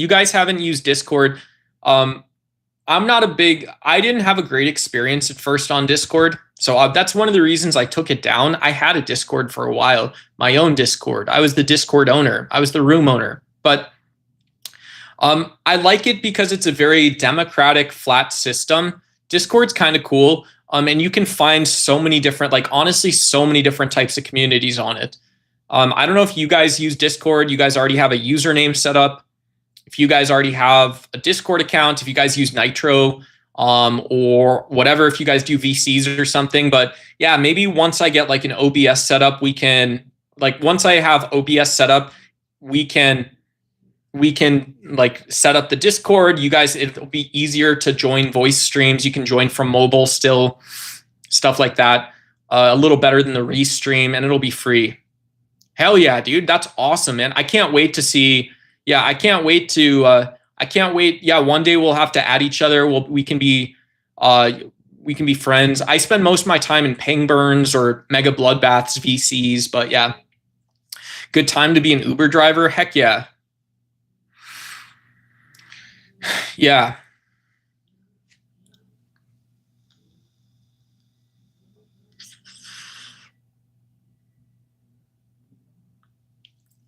Cool.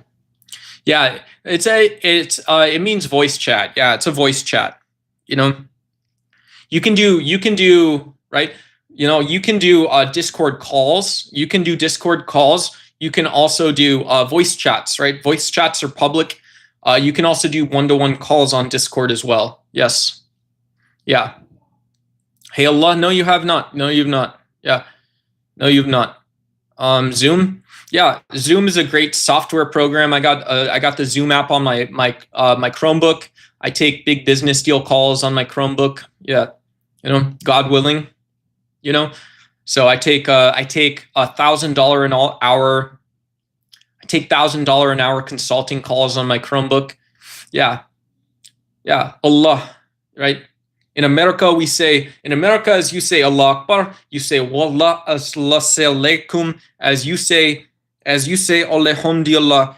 In America, I say car payment, credit card debt, second mortgage, alimony, and I say Allah Akbar. I say praise be upon him, $1,500 an hour personal coaching business for the elite and wealthy. $1,500 an hour, USD, 1500 USD. Elite personal consulting call for alimony. Yes. Allah Akbar. You know, George Bush NASCAR. George Bush NASCAR is how I say this in America, right? And you must ask the first time you put the wrapper or the cheese paper from Whataburger in your hand, how do you feel? You tell me how you feel, right? You don't have to. You can be a vegan. But in America, first time you feel cheese and bread, and you hold pocket constitution, how do you feel? How do you feel? This is how I say this in America. You're as sweet as Tennessee whiskey. You're as strong as strawberry wine. You're as bone as a glass of brandy, and I stay hibbity-bibbity, and I stay strong like strawberry wine. I used to find myself out by the water just as long as the sun abides. Wabba bibbity bibbity hibbity shibbity dop bop bop shooby boo bop bop ba dop dop dop.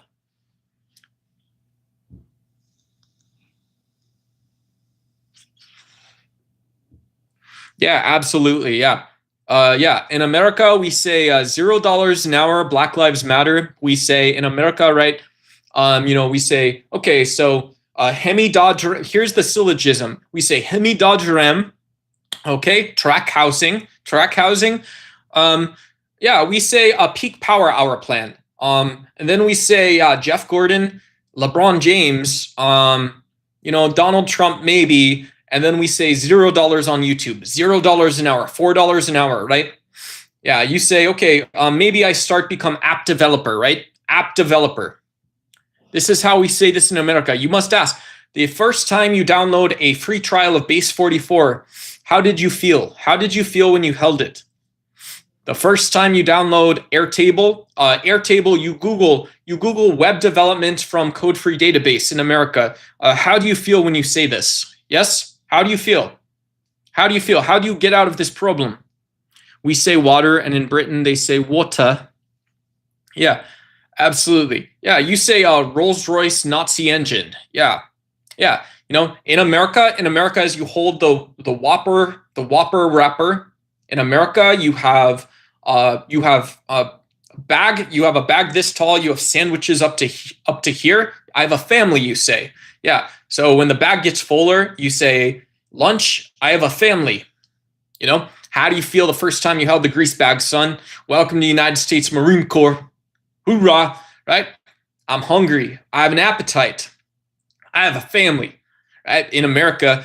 But in America, when you're doing this, you also say, those Rolls-Royce guys got them Nazis, right? You guys got Boeing airplanes, right? In the United States. What do you guys got in Britain, right? You guys have luxury cars. Luxury cars. What's a luxury car, right? You say Rolls-Royce, Nazi. I have a family, Nazi. That's a Nazi, right? Allah shish kebab, right? You got to say Allah shish kebab. You got to make sure you say, Buddha Tuma Shula, right? You can buy the Buddhists off, right?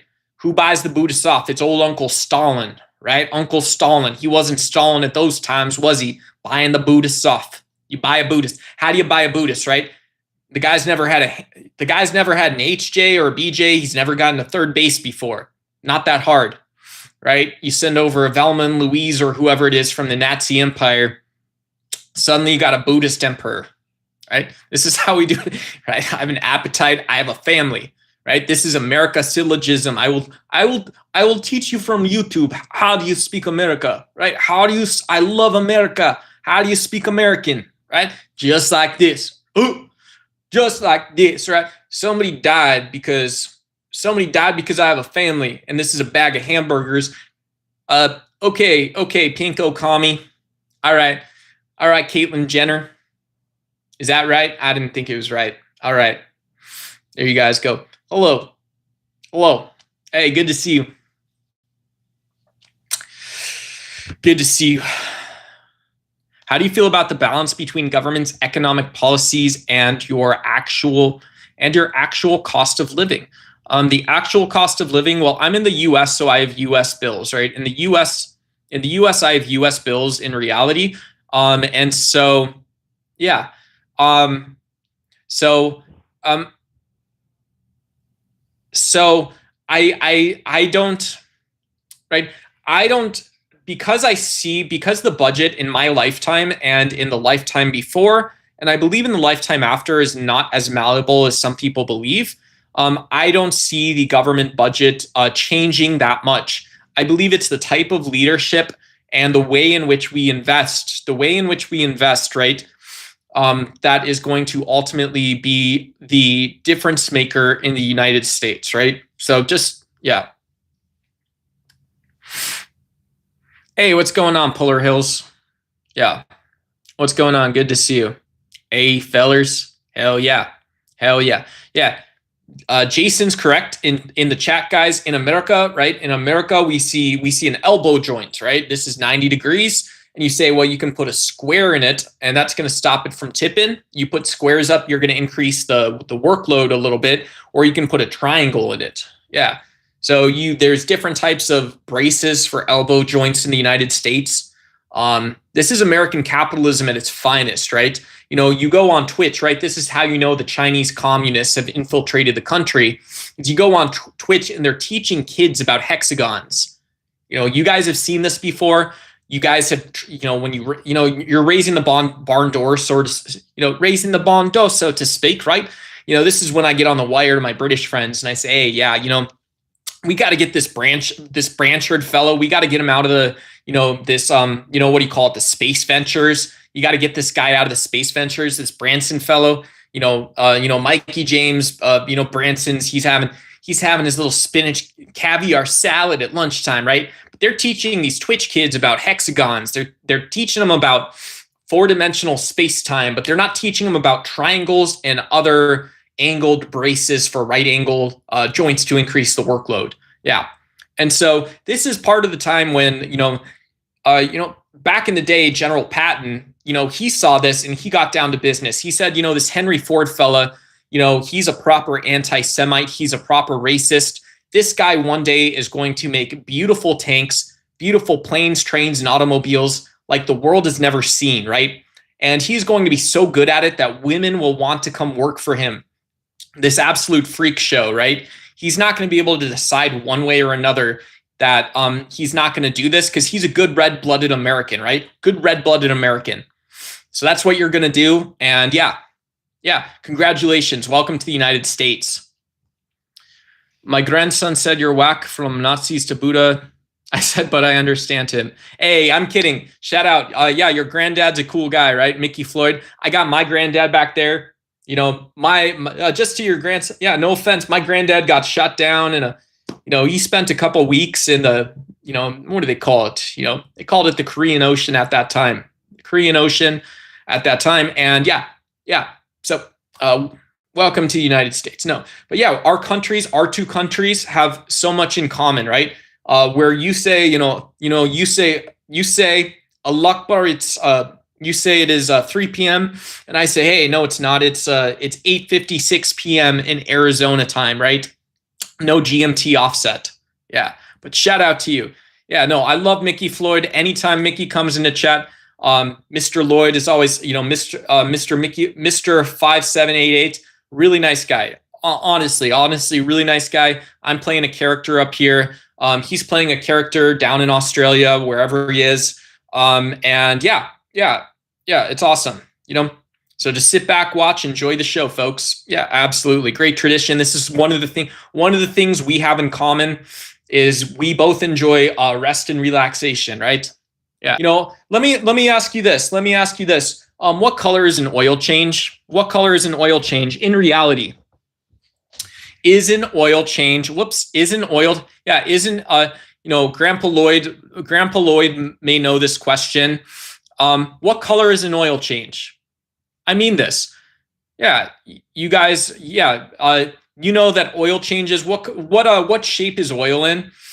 No, it's not a projection. There's no hollow sphere. There's no Leonard Susskind hollow fame. Las Vegas orb.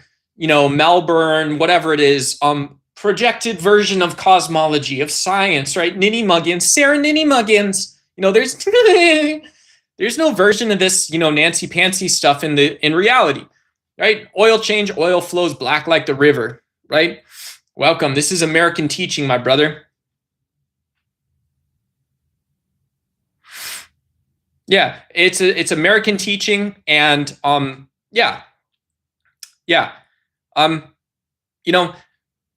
the mechanics of the universe just don't always evoke other topics and other spaces. Yeah, the mechanics of the universe is not about Twitch. It's not about TikTok. Yeah. I'm going to, let me put on my uwu. Let me put on my uwu e-girl dancing pants. Let me do the team dances. Let me go learn from other people. Blah blah blah blah blah. Right? In America land, you look at the 401k. Right? This is 401k language. Retirement plan. Right? We have the IRS tax advantage retirement plan in the United States. As you say, right? You say wassalamualaikum, Allah Akbar, Allah Akbar, alhamdulillah. We say tax advantage retirement plan. And we look at this and we say, in our language, we say, no, the professor did not touch her, right? This is America speak. How did you feel when they gave you your French fries? They gave you your French fries and you order a large. You say, supersize me. And you order a large, you say, supersize me. And they do not fill it to the top, right? In America, we do not say, wassalamu alaikum. We do not say a shahada 5 times a day. We say, how did you feel the first time when you had studied the menu and you said, I want the supersize, right? You say that man didn't touch that girl, right? He's a leftist professor, but he didn't touch that girl, right? This is how you say this in the United States, right? We say, in this case, we say Hamilton, right? New York City, it's a Broadway play, man. Yeah, it's a Broadway play. This man did not do nothing wrong. This man did not do, I don't know how to answer this question. We've got Real Adi Rao. Hey, what's going on, brother? Good to see you, man. Good to see you. Good to see Adi Rao. I don't know why I have to answer you because you haven't even updated your PFP, right? You haven't even updated your tag. I don't know what I would be talking about. I'm not Captain America, bro. No, I'm just kidding. I'm not Captain America. Good to see you. Good to see you. This is an evidence-based politics channel. So it's actually, we do philosophy. We actually do philosophy. We hang out, stuff like that. But yeah. But let me know, right? I'm trying to grow my channel. I'm trying to grow. So hit me up. No, my name is Duck. I'm in the Southwest United States. My name is Nathan. You're describing how we slaughter animals for. Yeah, it is right. It's Ramadan, right? It's Ramadan. You have to know if you're not in your community, how would you slaughter a ram and how would you tell your community that you're hungry, right? How would you show a sign of respect in the United States, right? In the United States, you say, hey, put the fucking fries in the bag, boy, right? Hey, you don't say the bad word. You say, yeah, I ordered. In America, in English, you say, I ordered the large, right? I said supersize, right? Is this the, you can say two ways. You can say, I ordered a large fry. You can say, I ordered a large fry. Okay, so to repeat as you say, alhamdulillah, I say, I ordered the large fry. As you say, alhamdulillah, you could say, hey, is this the, I ordered, my son wanted, right? I have a family. Remember our old English lesson? When you see a bag of food, you say, I'm hungry. I have an appetite. I have a family, right? So you say, hey, yeah, my son ordered the large fry.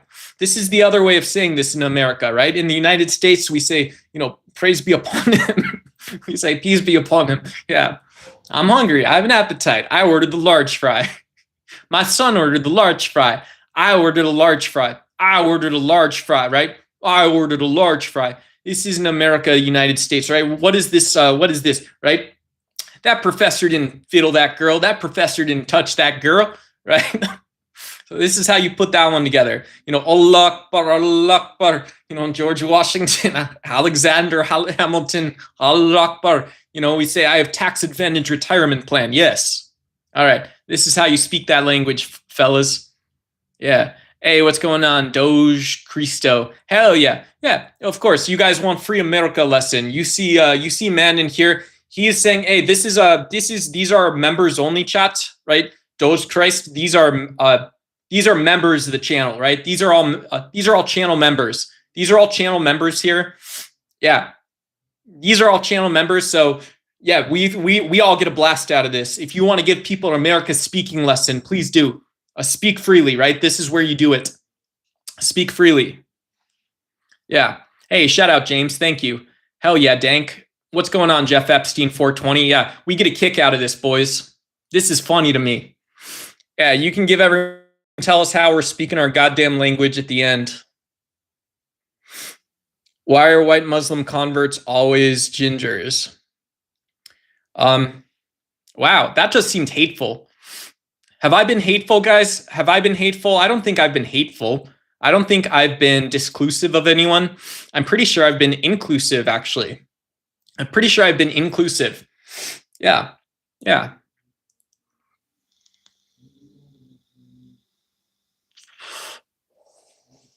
Yeah, yeah. These are, I don't have Kanye West Yeezys, right? I don't have Kanye West Yeezys. I got Jordan 1s. These are Jordan 1s. I got these as a gift. Very nice gift. Very nice gift. Yeah, yeah. I tell people I do 130 IQ content. I do tell people I do 130 IQ content, right? Double that. Fries in the bag for me. Flip my burger, boy, right? Double that up. I want 260 a year, boy. I want 260 a year from my 130 IQ, boy. All right? I don't need that Mensa card. I don't need that Mensa card, right? Yeah. Yeah, absolutely. No, I got to stop there. I got to stop there. I don't want to tell you guys what I really think about America and about others.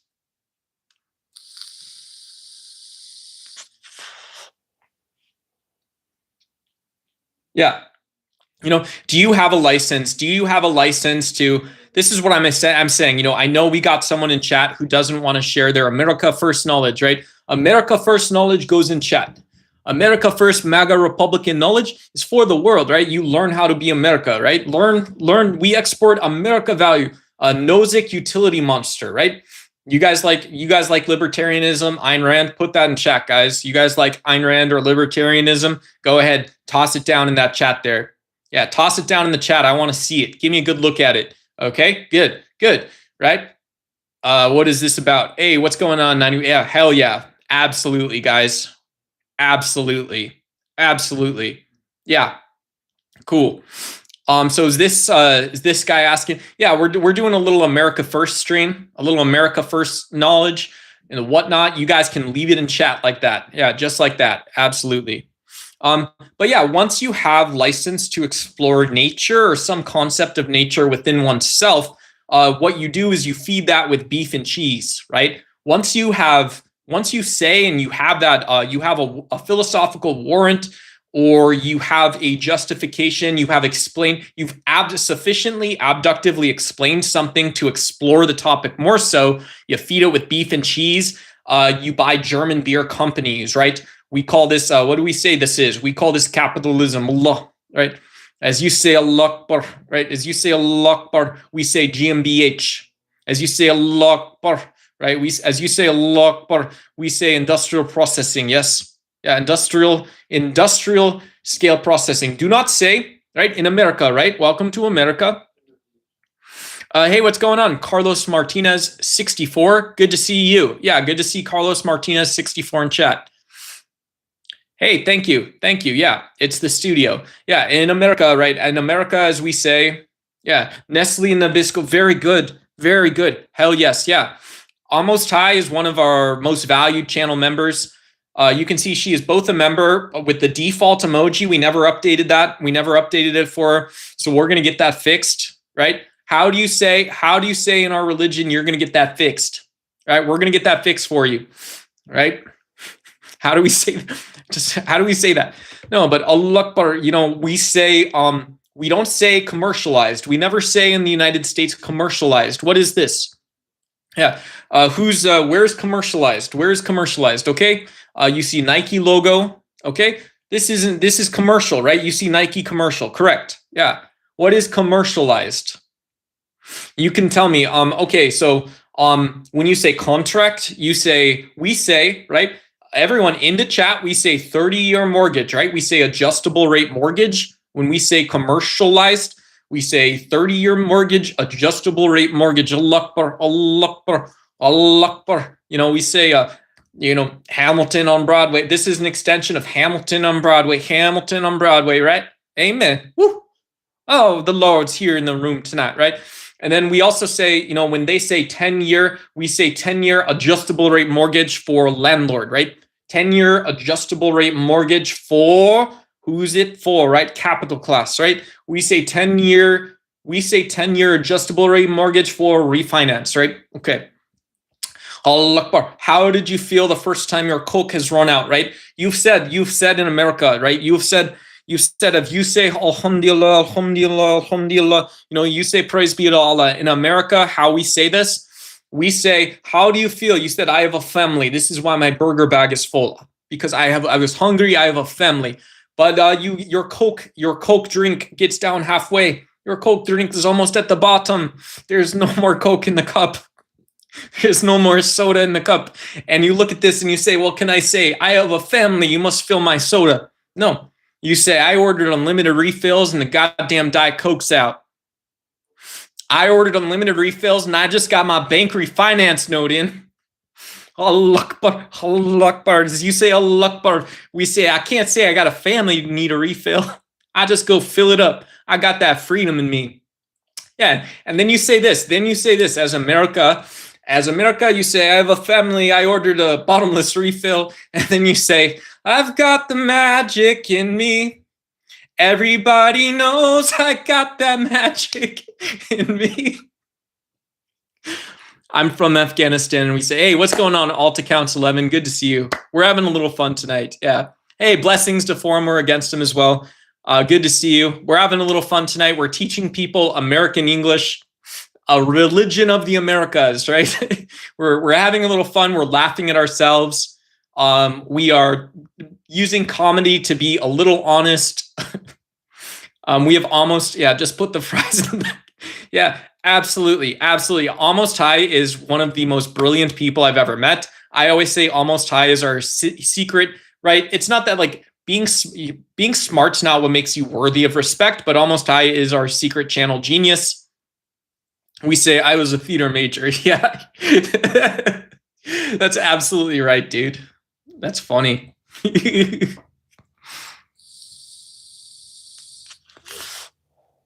Yeah, good to see you. Yeah, shout out to you from Afghanistan, from the United States. Yeah, good to see you. Good to see you. I'm a political science major. I studied at Arizona State University. I love education. I'm not very good at geography, unfortunately, right? So unfortunately, but I like philosophy. I like liberal arts. Yeah, I'm wearing a Christmas shirt from 10 years ago. I'm a rich white guy. I was born in LA, but you're from Afghanistan. Cool. That's awesome. Yeah, that's awesome. Yeah, welcome to the US. Yeah, that's cool. That's cool. Yeah. Yeah. Yeah, you're welcome. You're welcome on the channel. If you want to teach people any of your American lexicon, feel free to do so. Yeah, feel free to teach them that good American English. How old are you? I'm 36. I'm 36, Mr. Nelson. Yeah, 36 years old. Yeah, good to see you. Yeah. Yeah, absolutely. Yeah.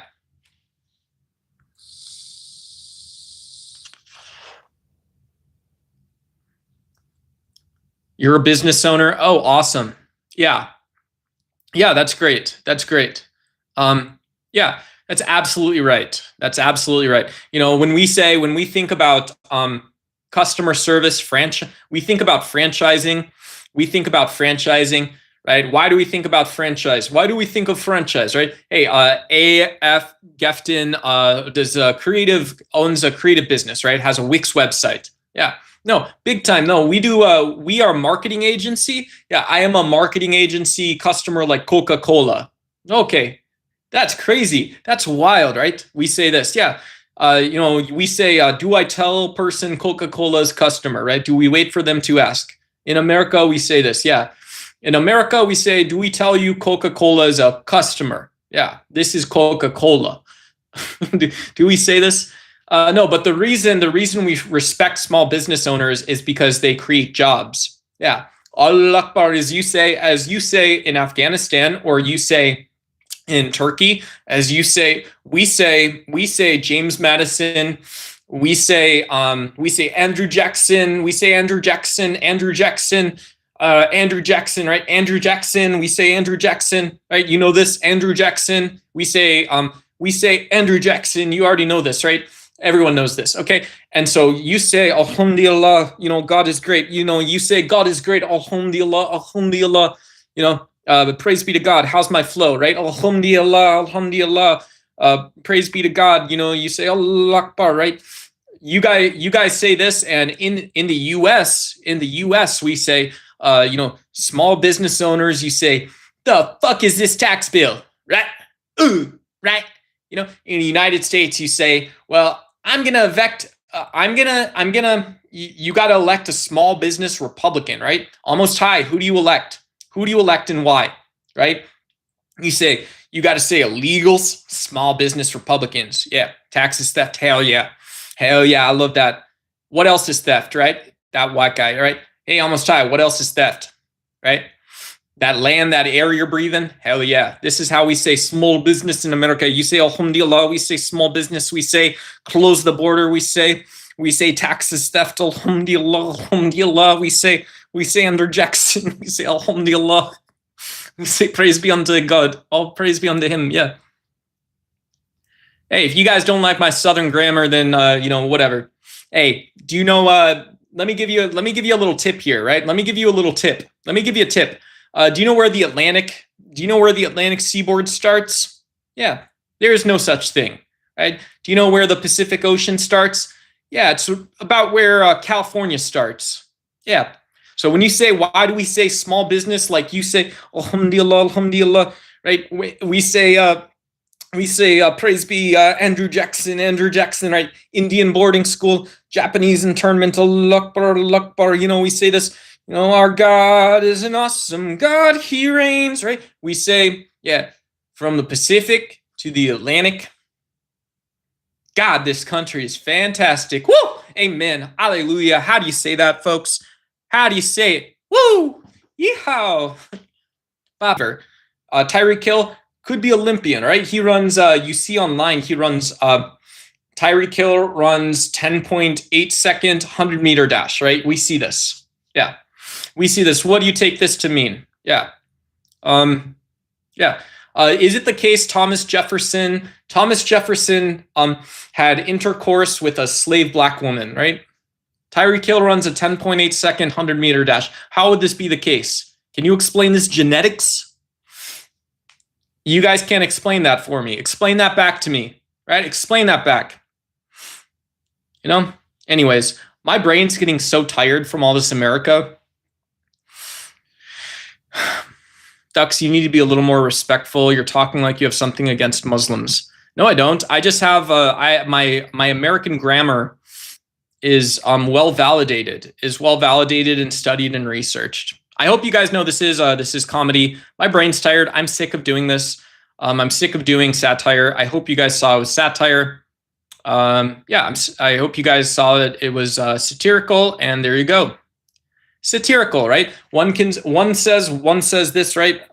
You pick it up, put it down. In reality, one can say that, yeah, comedy and satire, it is a direct, immediate, abrasive, or softer way to approach issues of identity, which don't need to escalate to the level of identity politics, right? We don't have to decide in the public space to hate each other or to dehumanize and dislike each other, but we can dislike dumb, unevidenced ideas, which in my opinion is like making ideological things that we see as institutional in the US, but are in fact not that way. Things in the US which are institutional, but never became that way.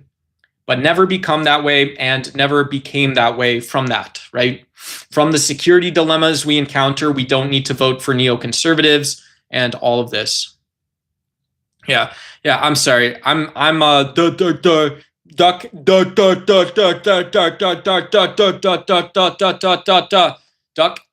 the best side of duck, right?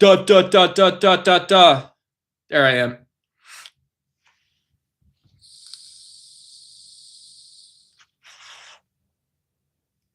Yeah, alhamdulillah. Yeah. My friend must have been drunk. He's belittling himself to disgrace religion. Yeah. I'm sorry.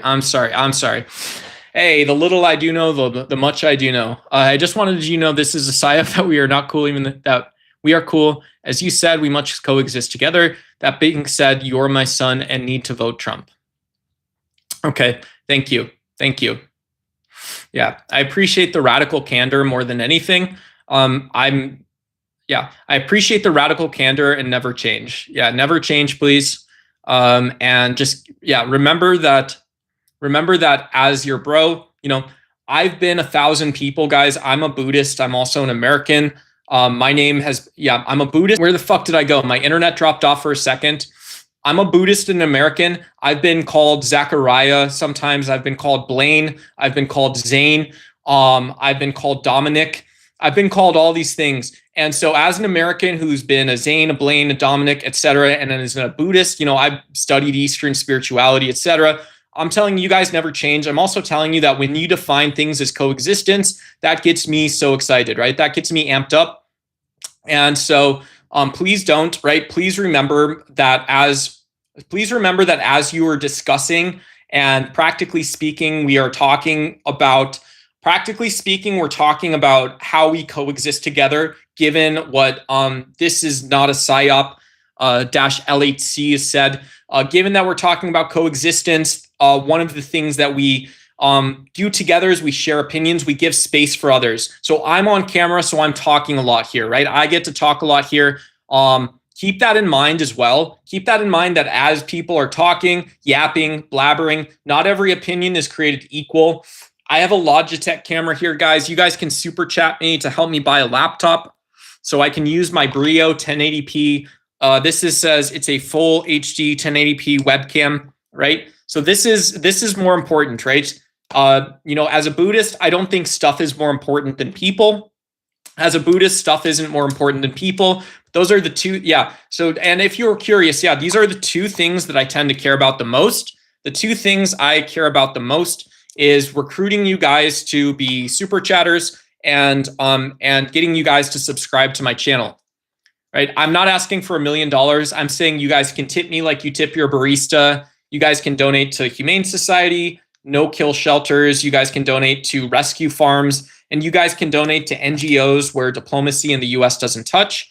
And you guys can also then send me your money, right? You guys can also send me big red super chats. If you give 50 to them, give 100 to me, right? If you give 100 to them, give 200 to me. That's how this works, right? You guys can see those two little dollar signs at the bottom. You haven't hooked your credit card up to Google Play. You need to learn how to be disciplined, right? Your financial success is only up to you. You guys don't have a credit card. You're unbanked people. Cool. That's why you guys, when you guys can in the next couple months, you guys consider sending a small thank you, a blue super chat of $1.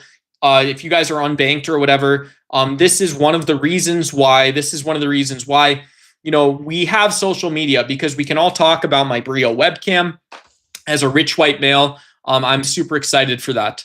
My spirit animal is a duck. Yeah, definitely. Yeah. It's good to see Dale Cooper. Yeah, it's good to see Dale Cooper. Yeah, I love ducks. In Arizona, we've got these what are they called? Like water preserves or something like this.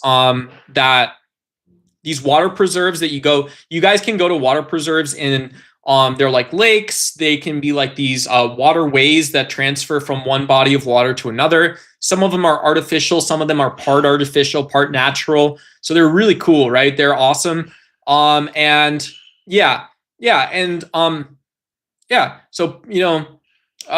there's lots of ducks here, right? Because they travel down from Canada to Mexico. Yeah, Canada to Mexico. So that's schema. Like in some ways I'm the same. I see myself as the same as a duck. Please don't eat the ducks. Trump, vote Trump out of here. Yeah, Donald Trump, get out. Donald Trump, get out. We've got some blocked messages. Please don't ban Hey Allah again. Hey Allah is talking, is offering us a prayer. We all do this from time to time. We all grant prayers to each other. Yeah, so please let Hey Allah, right? Please let this guy keep talking. Yeah, please don't eat the ducks. Great point, right? Great point. Just in case you guys don't know, I am a vegan. I'm a Buddhist. I guess I'm an atheist or an agnostic. I grew up Catholic. I still go to church sometimes with my aunt. My aunt is like, she's cool. She's a devout Catholic actually, but so true story, right? True story. I'm not trying to shove religion. I'm not trying to shove the American religion down your throat. When you guys judge me, when you guys see me as your America Pill influencer, I feel slightly judged because I do a lot of things, right? Closing, you guys haven't heard, and let you out into the world. Closing time. Every new beginning comes from some other beginning's end. Yeah, and I know who I want to take me home. Yes, I know who I want to take me home. It's a great beard. Yeah, it's awesome, right? Allah Akbar, right? Yeah, thank you. I appreciate it. Yeah, very cool. Since finding you, I've become vegetarian. Cool. Hey, I hope I haven't influenced you to change your diet. I hope you did so for reasons. But yeah, you said since finding you. That's cool. That's really awesome, right? Just another reminder that, I don't believe in telling other people what to do. I do think, Plato actually talked about how we, whatever. I don't know. Plato talked about how we would, how morality was almost like remembering things, right? Our ideal soul is always existing. This guy, he wasn't, right? This is Greek philosophy. He wasn't a Christian. And so Plato did talk about this sort of concept, but this is one of the, maybe like an argument is that, if you just have innate moral concepts in your head, and one of those is the reason you become vegetarian, or it's totally different, right? It's a totally different for health reasons. That's what I would support more so. So is that idea. Just ignore you guys, I'm not the one to tell you this, right? But you're beautiful for who you are, where you are in every country. And I honestly mean this. Every country is in the same place in 2026. Cosmopolitanism and global citizenship is how we make that more true, right? Cosmopolitanism and global citizenship is how we make this more true. That even when some people, we say the words, and no matter where you are in the world or who you are, we all are ultimately in the same place of history. You can know the same things by going to the same places. you can know the same things differently, but only as someone can in 2026. These are independent. There's an independence of ideas, but the connectedness of these ideas is one-to-one, right? The connectedness is still obviously, I'm going to say this, the connectedness, who knows? It's still one-to-one. Maybe you guys disagree. You have a different philosophy. You're not a Platonic idealist. But let me know. Let me know how that settles for you and how you feel about it. Yeah, let me know how it feels. Yeah, if you guys have any responses too, let me know. Yeah, please let me know. Let me know. This is one of the things. This is funny. I'll tell you guys this. I don't know if you guys have been. You guys have been to. They say George Washington University. George Washington University. We say Allah Akbar. We say Alhamdulillah.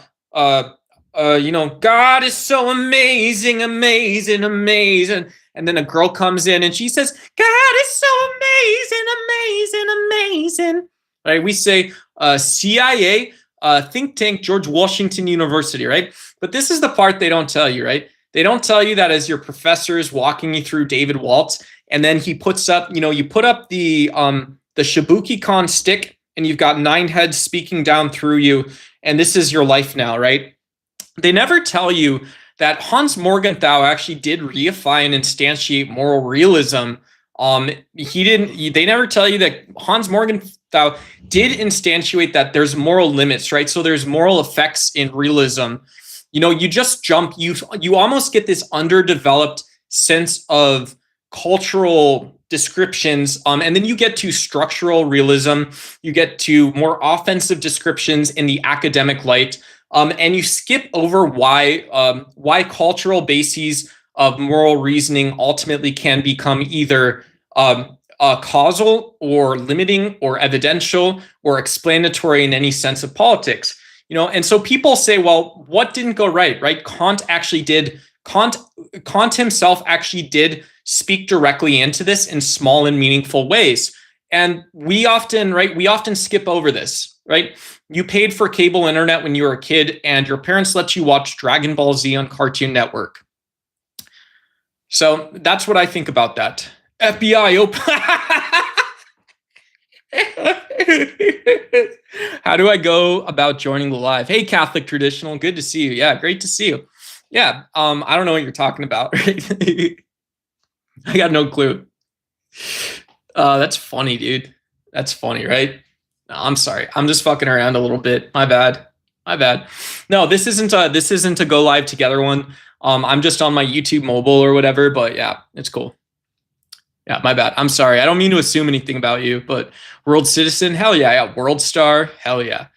That's awesome. That's funny. Mirror for me. Don't you ever feel a sense of emptiness thinking that my mother will, I'm sorry.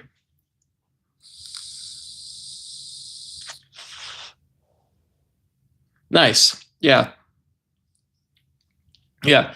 Yeah. I think, yeah, I'm actually not right. I wasted a lot of time in college. I went out to eat a bunch. I did all kinds of stuff, but yeah, it's whatever. Yeah. Whatever. Yeah. Yeah. Yeah. Yeah. So you're not bringing up any opposition? What do you mean? Opposition? I definitely wouldn't be, right? If you define right? Okay, so if you define opposition as my grandpa was a pilot, by the way, but if you define opposition as like, let's say, so there's two choices, right? You can define opposition as we produce competing ideas and arguments, and then we can wonder how these mechanistically can and do apply in the world, right? What are the nomological or consensus and decision-based limits, the game theoretic implications? How can this change how small forces are reinterpreted? But you can also say, well, by opposition, I mean I conduct identity politics, right? And so, both of these are obviously, I think, in my view. Yeah. Hey, what's going on, Will Bailey? Great to see you. Yeah. Amazing, right? Great to see you. Great to see you, Will. Hey, Bill. Are you a Republican or a Trump supporter? I'm new here. Um, no, I have conservative values, but I voted for Kamala in the last election. Arizona had a pro-life ballot, and so yeah, I didn't believe states should even have direct ballot proposals. Um, I always felt this was the federal government's job. So, yeah, and yeah. But what's your view on AI shenanigans, right? Well, yeah, I think that we have. Yeah, I don't think that that Biden's AI stimulus programs needed to entail creating inefficient networks, right? So we have inefficient network economics. We also have a black box of energy pricing right now, in my view. And so I believe that the consumers in the United States are bearing the brunt of this inefficiency, and perhaps, yeah, inefficiency, meaning that there's a lack of information in the system. And so, yeah, but because this is just how it went down, there's not really a choice except to push everything up a hill, right? That's the difference. Yeah, that's the big difference. So, and that's why, yeah, right. That would be wise. Send me a link to join your live stream. I can prove God's existence. Yeah, I don't want to talk about that. Yeah, I don't want to talk about that at all. Yeah, sorry if I'm wrong about that, but yeah, my bad. So to clarify, you are pro-life or no?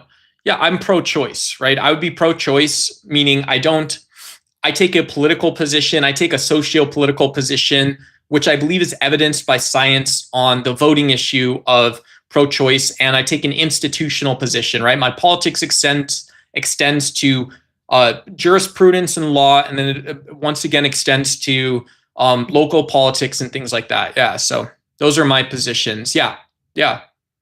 Habuki Khan, right? That's exactly right. Yeah, that's it. So Habuki Khan, you guys, yeah, someone said the other day sashimi, and I said, I don't know what you're talking about, right? Habuki Khan, though, more than anything, more so. So notwithstanding, that's what I would say. Bros Captain, I respect your decision, even if I have something different. Right. Yeah. Cool. Yeah, that's awesome. Yeah, absolutely. Once you start Googling, and I'll just mention this to you guys may not understand this. So here's a typical story in the United States. You go vegan, you cover 2,000 miles a year, you pass out like 3 or 4 times in your hallway. You are awoken by your adrenal glands several times because your heart stops in the middle of the night. Your heart rate was too low. And this isn't because you're taking EPO. It's just because that's what life is like, right? And then so in the other sides, then your bones are gifted over to the Archangel Michael, who in terms gifts them to, right? This is just what happens, right? And then, yeah, I forgot what I was going to say. Or talk about. But a lot of people don't understand all this, right? Some people don't understand this form of argumentation or debate. Cool. This is like a second best option is I'm going to time you out for 24 hours. If you want to come back and not make content in the chat or suggest we make content together ever again, feel free to do so. That's up to you. Yeah, feel free to do so. I don't know you, and if I do know you, then just say hi like a normal person next time. Thank you. Or not, whatever. Yeah. The reason I ask these questions is because I want to block racism from my stream. Okay, honest question, right? I tell people a couple of things. I didn't start a channel that has no gay people, no members of the LGBTQIA plus community. I didn't start a channel that has no veterans. I didn't start a channel that has no conservatives or Republicans, right? So no identity politics nonsense. I didn't start a channel that has no Christians. I didn't start a channel that has no atheists. I didn't start a channel that has any of these things. So you can't actually block racism on your channel. You can, right, as you are telling people who you're going to ban or whatever it is, you can say, well, yeah, I've decided these are the channel rules, and I actually moderate based on it, and just trust that some people are going to support you, others are not. Yeah. I forgot what I was going to say. Yeah. There's another version, right? There's a version. So outside this American experience, you realize that these disparate, simple observations in nature do seem to represent, or you can, without saying derive, but you can exist in a truthful place. and these can become practical truths. If you're a practical person, you're a practical, responsible person, these observations can also become truth, right? It's not that they matter that much, right? They may not in the long run. I don't actually know, right? They may not. So I would just mention that as well. Yeah. Yeah. Captain America, what's your answer to the poll? Yeah, that's exactly right. That's exactly right. That's exactly right. Yeah. Yeah. So the Chicken Man, right? The Chicken Man. This is another one people don't get about America and the United States. Have you guys actually met the Chicken Man before, right? The Chicken Man. The Chicken Man is, you know, yeah. Yeah, I'm just saying that, like, all I'm saying is that as you are reasoning through game theoretic and critical theory problems, the Chicken Man is someone that you can encounter that sometimes loses the academic context.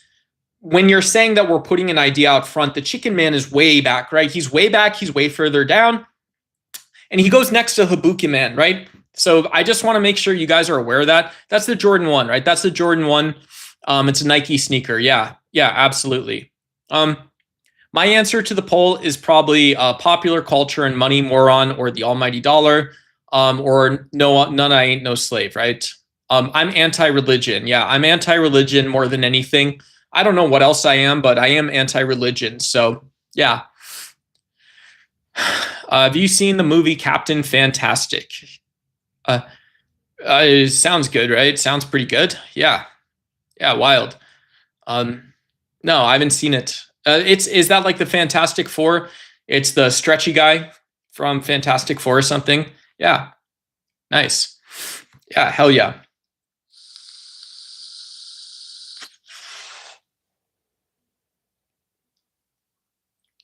Oh, we have a goat man. He sells blotter paper. Cool. Yeah, I believe that. I believe in you. Yeah. Cool. Cool. Yeah, I'm gonna definitely close the stream out pretty soon here, right? I'm gonna close the stream out pretty soon here for you guys. And yeah, which crown do we live under? I would say look at the poll, guys. Let's look at the poll here. Da da da da da da da da da da. Yeah. So I'm gonna remember that Allah Akbar, Allah Akbar.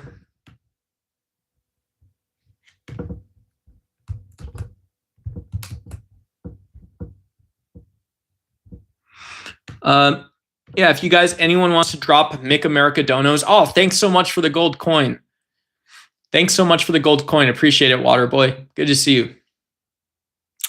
Yeah, I'm tired. I don't know what time it is. What is it? It's like 11:42 where you are or something. If you have a clock on you. I don't know if you have a clock on you or whatever. But yeah, no, really. Thank you guys so much for hanging out for the stream. 12:38. Yeah.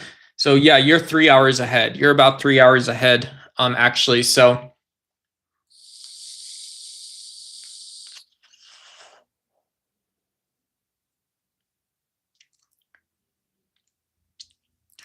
under Varush, right?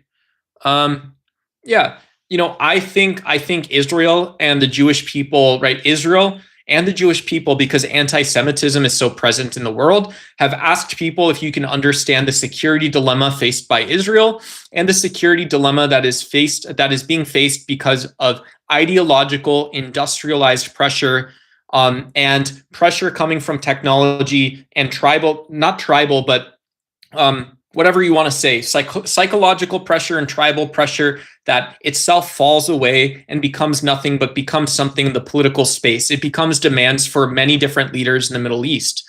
But I think it's unacceptable to accept that the pool of actors and the actions from this security dilemma that have been produced thus far have produced no diplomacy. So I wouldn't support anti-Semitic speech. I wouldn't support xenophobic, Islamophobic speech. I would also encourage people to use evidences, theory, and political thought to try to understand the security dilemmas that are being faced, right? And what you can do about it. And that's it. Yeah, and that's it. So are you in the army? No, I'm a Stolen Valor veteran. Yeah, I do Stolen Valor. My granddad served. I do Stolen Valor content on my channel. I'm a good Gersten, man. Gersten. All right. I'm a good Gersten. All right.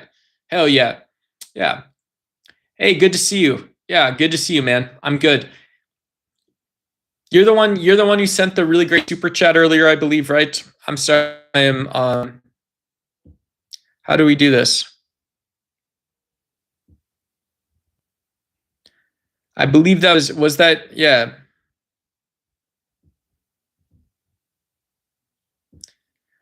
Or is someone else? Sorry. I don't know. I don't know what I'm saying, but yeah. Someone from Turkey sent a really great super chat earlier in the stream, and it was very kind. It was very kind of them to do that. Yeah, they sent a very large super chat. It was very nice. What we can do about the atrocities committed by that one evil country. Yeah, I don't think there's healing without understanding. Pinochet, when Pinochet upheld many, not just some, but many prison facilities run by untrained, uneducated, nationalist, fascist, militarized goons who tortured people. And there was a large commission in the 1990s to document the victims as well as perpetrators and cite the physical evidences of Pinochet's tragedies. Yeah, Pinochet's wrongdoings and his crimes against humanity. In a legal sense, what was wrong? So injustice, right? And so when we don't speak in terms of justice and injustice, what can we talk about, right? What can we talk about? This is one of the reasons I don't source my opinion to Destiny or Hassan Piker or Anna Kasparian. No offense to anyone in particular. I don't know, maybe I'm undermining some views or viewpoints, but I don't think that we can let other people tell us how we feel about something. And to me, evidence of this is all of the brash opinions and people that are supporting political process, media process, popular culture processes. They wouldn't support if their own family was in the line of fire in these conflicts. It's unacceptable, and I think there is responsibility on people that have consumed media, consumed attention, and consumed products, goods, and services while there is this ongoing conflict in place. While there's an ongoing conflict in place, I truly don't care. I don't care. At some point, to say that you cannot see a crisis and have insistence on a solution that supersedes and moves past security dilemmas, and does so seeking to find long-term solutions for those problems is unacceptable. It's unacceptable. Never forget how tortured you as a person have been. Never forget how much you've suffered, how strong you are, and how stupid people are. Never forget those things. Not once in your life. Honestly. Not again. I mean that. Yeah, not again. Never forget those things. Yeah. Yeah. I don't know. Babies included because supposedly they'll grow up under Varush. Yeah. Yeah. It's incredibly sad when we see the loss of non-combatants, especially when there's women and children included. It's incredibly sad to see when we see the loss of non-combatants, especially when there's women and children included. There's families, entire families, there's parts of families ripped away from you. It's incredibly sad. I don't think it's a political talking point first. If you want to make that political, in what sense can you make that political? I don't think it is. This is why I disagree. Slavoj Zizek, right? One of these left-wing commie psychopaths. He's not, but to say that things like this are subject to political analysis first, in what world? In what world is that true? You don't have people insisting on peaceful diplomacy. I don't see your point. I don't see your point then, right? Very quickly accept and disregard that.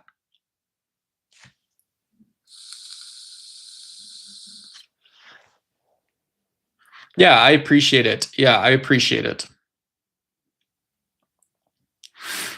Yeah. So next to the Harry Potter book, that's my granddad. Yeah. That's my granddad. He was a pilot. Yeah. Yeah. Right. So, whatever. It's very stupid, you guys know how this stuff works. When things are going well, suddenly, you have a stroke, You know, you got to leave Chicago. This is a typical American story, guys. Yeah. Yeah. Yep.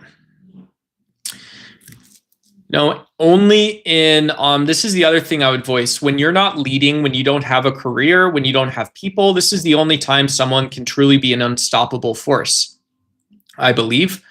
You can be unstoppable until your heart stops beating. I believe I can be. I'm not your red pill influencer. I can only be unstoppable until my heart stops beating. But you cannot do that when you have any dependencies. So.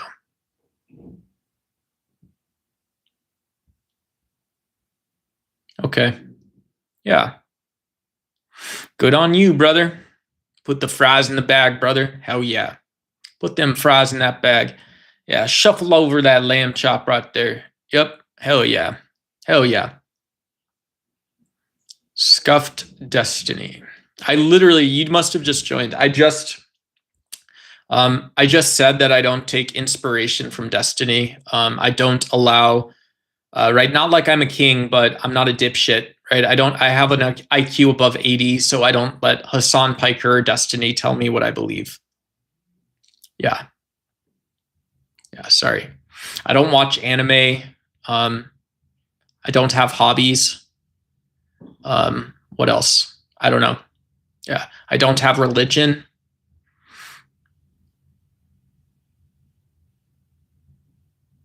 I don't have an ego. I don't have good days and bad days. I just exist. Yeah. I just exist. Yeah. Why? Yeah, I mean, I let my own opinions and I let my will itself out. I decide a lot of things. Or I don't decide a lot of things. I think I decided a lot of things. Yeah.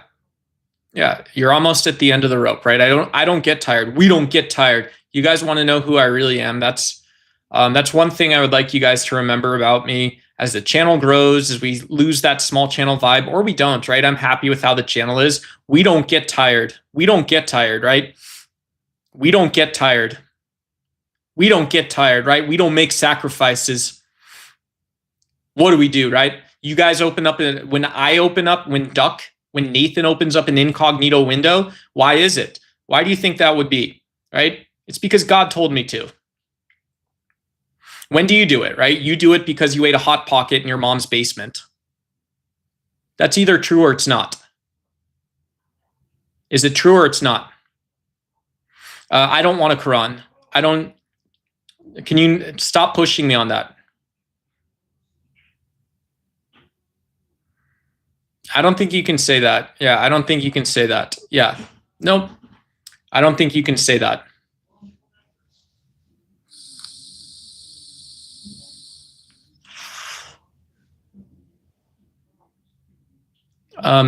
Yeah, wow, the depths. I have a Quran. Yeah, that's awesome. We are the same, almost high. In America, we say I am the same in this sense. Yeah, I am the same in this sense. Yes. Yeah. You and I, we are the same. I have a Quran. Yeah. You guys in America, we say BibleGateway.com, right? You guys are Christians, BibleGateway.com. Of course. Is a great pray study session, right? It is a devotional Bible study pray session, right? Devotional study session. In America, we are the same. We say devotional study session. Yes, of course. Do you have a Hindi Bible? Do you have a Hindu Bible on you? Devotional study session. Allah Akbar. Okay, I have no idea what that means. Yeah, I still have no idea what that means. Yeah. I still have no idea what that means.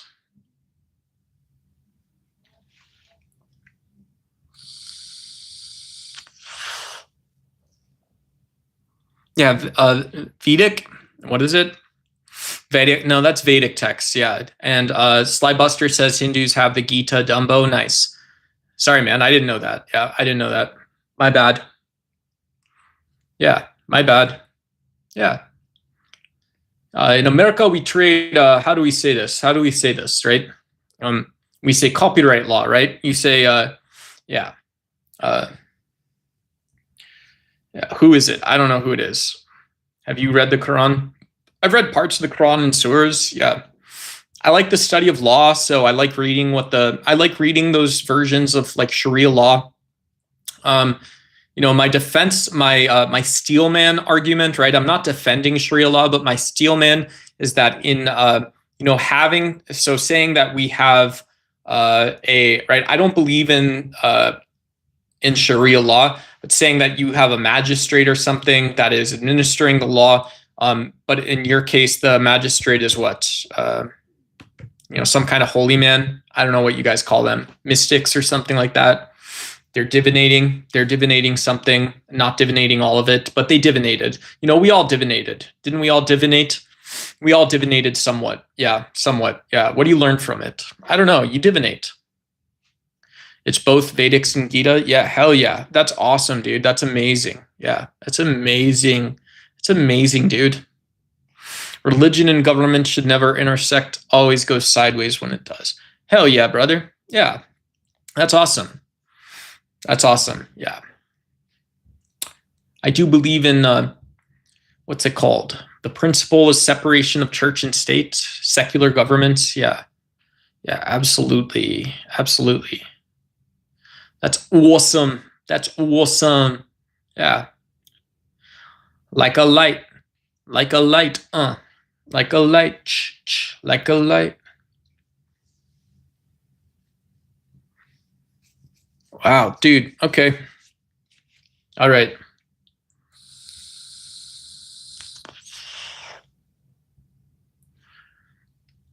Yeah. I chimed in with a haven't you people ever heard of?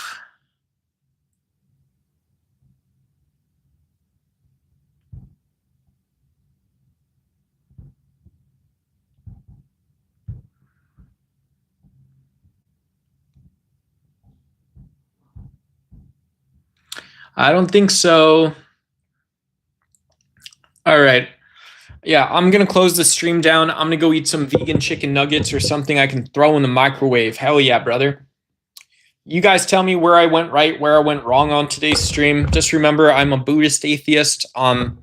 This is not where I am forever, guys. Just because this is where I am today, this is not where I'm going to be forever. And I cannot wait. I cannot wait. Yeah, I want to be like Gavin. I want to go make $11,000 a week again, which is what he told us. I believe in myself there.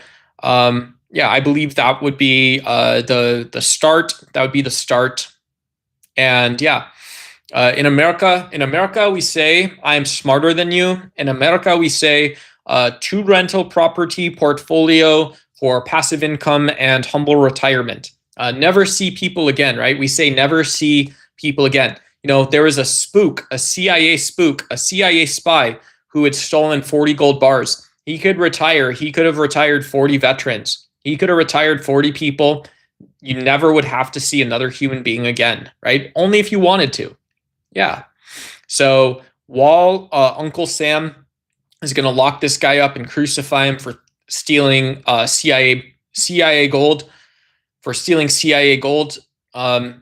yeah, private equity. Yeah, great point. That's amazing, almost. Yeah, you should you should look into. Have you guys seen they bought a bunch of doctors' offices? Yeah, bought a bunch. It doesn't have to do with like COVID or C-19 or vaccines or anything, but private equity bought a bunch of like GP offices, general practitioners. It's crazy, dude. I'm from New England. I'm from England. How do I say thanks? Hey, man from England, mate. Yeah. You just say thank you, right? We speak the same English, you and I. Yeah, absolutely. So, when you, right? This is what I recommend between us, right? I'm not like a manners coach or whatever. But so we have we are basically more or less the same type of person. You are from Britain. I am from America. You're from Britain. I'm from America. We see things the same exact way. Okay. Yeah, absolutely. Yeah, absolutely. Yeah. Yeah. And it's yeah, that's right. That's right. So you know, they didn't put it on the dollar bill. They didn't put it on the British pound. It's not part of the Queen's seal.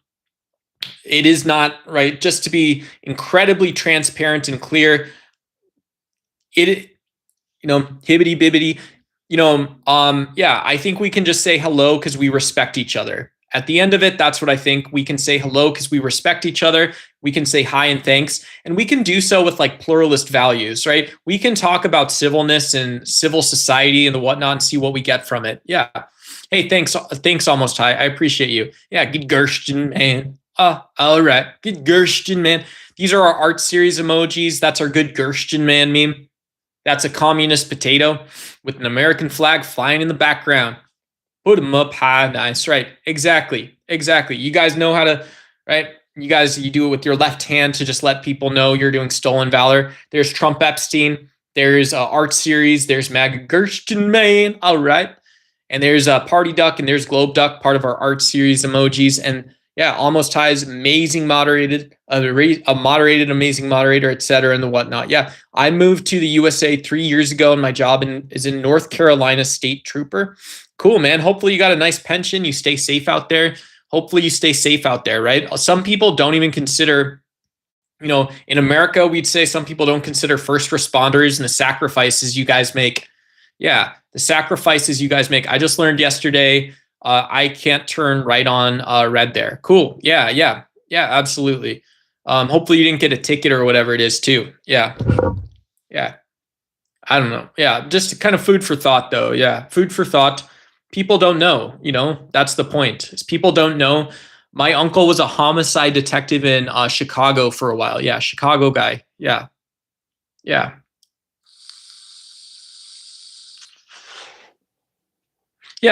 you're not going to trick or fool anyone, whatever. But yeah, I just want to let everyone know the upper right-hand corner of your screen, there's 3 dots. If you press that and scroll down, there's a button that says, don't recommend the channel. Cool. Yeah, you can also hide chat if you're an introvert.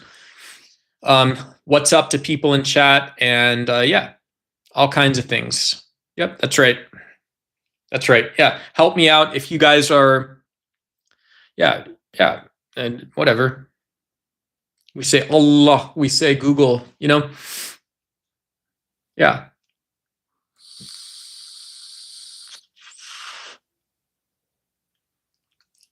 Oh, cool. Yeah. Chicago's got a lot. Chicago has like every major city. Chicago is a city that was deeply segregated for many years. Yeah, it's unfortunate when we see racism emerge. It is unfortunate, right? That is one thing people notice. And that's it. Yeah, that's it. Yeah. But yeah, I obviously want to see people all over the world be successful. Whatever. Yeah.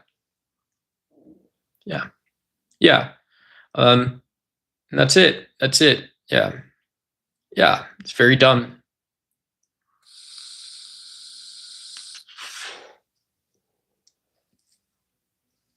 America is a diabolical shit show. That's right. Yeah, that's absolutely right. Yeah. It's just what it is. But we are also a freedom factory. We are a democracy.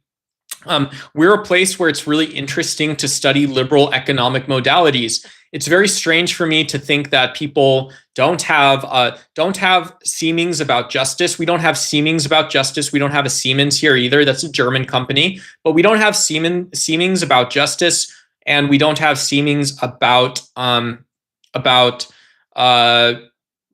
we don't have seemings about ultimately. How do we say this in the United States? We don't have seemings about. We're agnostic about the economic values, right? We say it's so apolitical, or we're so agnostic about morality and society and justice that these economic modalities themselves are not studied as political questions. Yeah. So it's a fair criticism, We can say that expediency in democratic politics, populism, majority rule, as well as agnostic, this apolitical factionalism that was described by Hamilton still in the founding documents, we are seeing addressable challenges in the United States, right? One would say this has to be the case. Never forget how insistent you can be on justice. Never forget how stupid people are. That's what I would say. Allah is the everlasting, self-sustaining, the just judge, the eternal. Yeah. What do they say? What's the correct wording, right? There's a correct wording. I saw somebody's, who is it? Mohammed Hijab. I saw he had published some of his PhD coursework. And he had, it was like a dawah or an apologetics and philosophy argument that Allah is singular. There's a singular conception of Allah. So I'd like to learn that argument one day. I'm not ready for it yet, not because I'm going to become Muslim, but I'm just not ready to learn it. It's a bad timing for me, as it turns out. Read Edward Bellamy. Edward Bernays, you haven't had a democracy ever. Cool. Yeah, I love hearing it. Love to hear it, man. Yeah, absolutely. Yeah, I'll read Edward Bernays, and then I'll go read my Quran and Surah. And then I'll go do all the American apologetics coursework Charlie Kirk recommended for me. Out to lunch, right? Out to lunch, out to lunch, as it were. We've never been a democracy. We've never been a Christian nation. Or whatever. We're an imperialistic nation. Yeah, I've heard it before. I've heard it all before. American Bernays. Cool. Oh, great. An ideologue. Right. Yeah. Did I say something ideological? Yeah. I didn't say that. Nice spin though. Yeah, I didn't say you said that, right? What problem did I identify, right? Other than what may or may not be you wasting my fucking time with books I don't need to read and have no interest in reading. But what did I say? That's, if I'm an ideologue, you could say I clearly identified a problem in the world I'm addressing in an insistent manner. Yeah. I don't know which one it was. Yeah.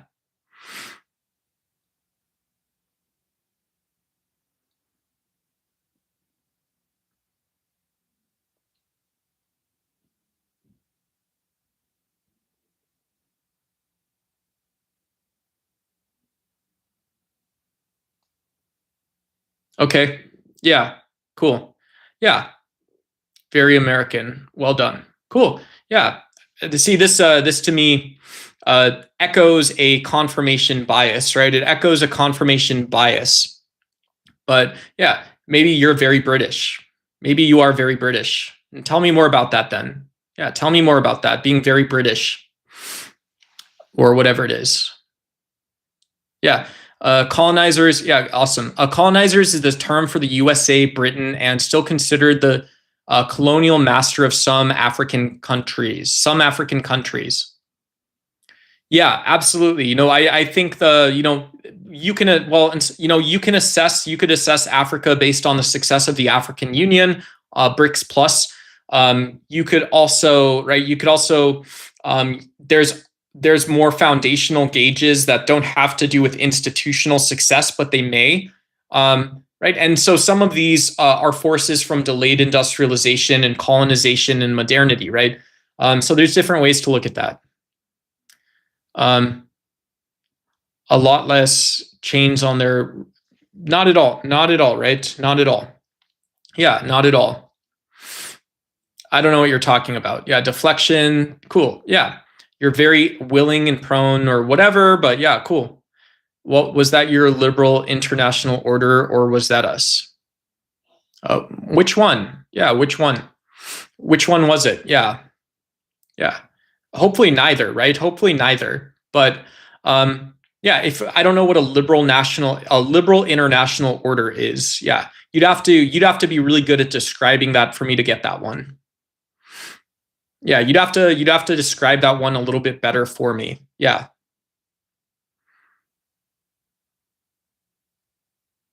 It was us, we freed them. Okay, cool. Yeah, amazing, right? Exactly. Yeah, exactly. Yeah. Yeah, exactly. Right. So yeah, in America, I say George Washington, Allah Akbar. I say, where were you the first time you saw Jeffrey Gordon Race Indianapolis 500. Not 1, not 2, not 3, not 4, not 5. Allah Akbar, right? George Washington, Betsy Ross, Allah Akbar, Akbar. Our God is an awesome God, Allah Akbar, Akbar, Akbar. Boot up his ass American way, Allah Akbar. Not 1, not 2, not 3, not 4, not 5. 500 times Jeff Gordon goes around Indianapolis racetrack. Where were you first time you saw this? It's literally what you fought the World War II establish. Oh, did we? Cool, man. That's awesome, dude. Dude, that's not small. That's big, dude. I'll make it small. That's awesome, dude. Thank you so much, brother. Thanks, man. Hell yeah. I'm sorry. We don't have to argue or fight. Yeah, we don't have to disagree about things. Yeah, I'm sorry. It's been a hard couple years. It's been a hard couple years for folks. Yes, it has. Yes, it has. It's been a hard couple years. There's been a lack of civic mindedness, a lack of civilness, a lack of being prone towards civic leadership, a lack of recognizing civil society. And in all ways, things definitional to civicness have seemed to lost context or lost staying power related to just politicization, right? Not about a particular actor or ontology, just politicization. Does politics exist? It appears to, right? Yeah. Why can't you just look it up? Americans don't deserve civility. Cool. Yeah. I think you can get down to the core base of what you want to, right? If you want me to assume that is what you want or look into that or something, cool, right? Awesome. It's not that big of a deal. But you could just, you save time when you are just honest up front about those things. Right? The liberal international order is a financial system. Oh, got it. Okay, cool. Yeah, I mean, it's very strange, right? Because there is, you can say that there is not a disconnectedness. I'm not denying that there's topics to discuss in finance and, with the World Bank or whoever it is. But there are, you can say that there's Asian peace theories that come from and depend on liberal international order. They depend on the same foundations of liberalism. You can say, yeah, there's peace theories that come from democracy. There's peace theories that come from all over the world that depend on some shared liberal space, right? Something about human nature and the protection racket. Yeah. That's literally what you called it. It has nothing to do with it's Merc. Okay, cool. Yeah. Okay. Yeah. Great. It's a very clever scam. I would say it's a very clever scam if it is such a scam. And yeah, maybe it is a scam, right? Maybe it is a scam. But I don't, you'd have to demonstrate how. You would be demonstrating, right? You at that point would be demonstrating how you made it about me, right? You made it about me and what I believe and what I say, right? And maybe I am a snowflake. So yeah, I'm scared. I'm unwilling to engage in a conversation at this point. Yeah, I'm unwilling to engage the conversation, or how do you say? In America, we say have a conversation. In America, what do we say? In America, you say we are having a dialogue, I believe it is. Yeah. That's what we used to say, right? The glory days. In America, we used to say we're going to have a dialogue, conversation, right? Hey, shout out to you, right? There we go. Yeah, beautiful stuff. Absolutely a beautiful crock of shit here in the United States. Yeah. How about socialist Fabian type ideas like Starship Troopers? I don't know what that is, man. I'm sorry, Justin Kittle. I don't know it. I made it about America. I don't know what that means. Yeah, I don't know what that means. Yeah. A socialist Fabian type. I don't know. I haven't seen Starship Troopers. I'd love to, right? Make some vegan chicken nuggies and watch some Starship Troopers. Hell yeah. There's some books. There's the sad bookshelf, pathetic bookshelf or whatever. Kim Jong-un. Cool. Yeah. Critical thinking. What happens when the human species chimps out and we forget that some people have been critical? Habuki Khan, right? What happens when we have forgotten that many Americans didn't fall asleep at the wheel, didn't die in our sleep? What happened when we forgot that some people do critically think about things?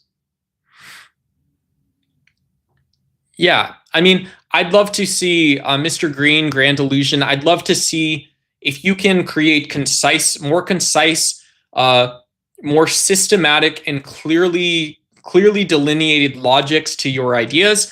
I'm not saying that you don't adopt mainstream thinking or have your own ideas. Those are both good things in my view, but I don't understand what it is. Maybe I am. It could very well be the case. I'm too far out of bounds, but I just don't see it. I'd have no, at this point, because of what I just mentioned, I'd have no interest in having a debate with you. Yeah, I'd have no interest in that. Yeah. Yeah. But do people critically think? Do people problem solve within ideas? Do people problem solve within texts? Can people relate newer versions, more contemporary versions of theory? Hey, thanks so much. Thanks so much. We got the makeup brush coming in. Thanks, Ramon Martinez Benitez. Great to see you, man. Thank you. Thank you. But can we relate ideas to?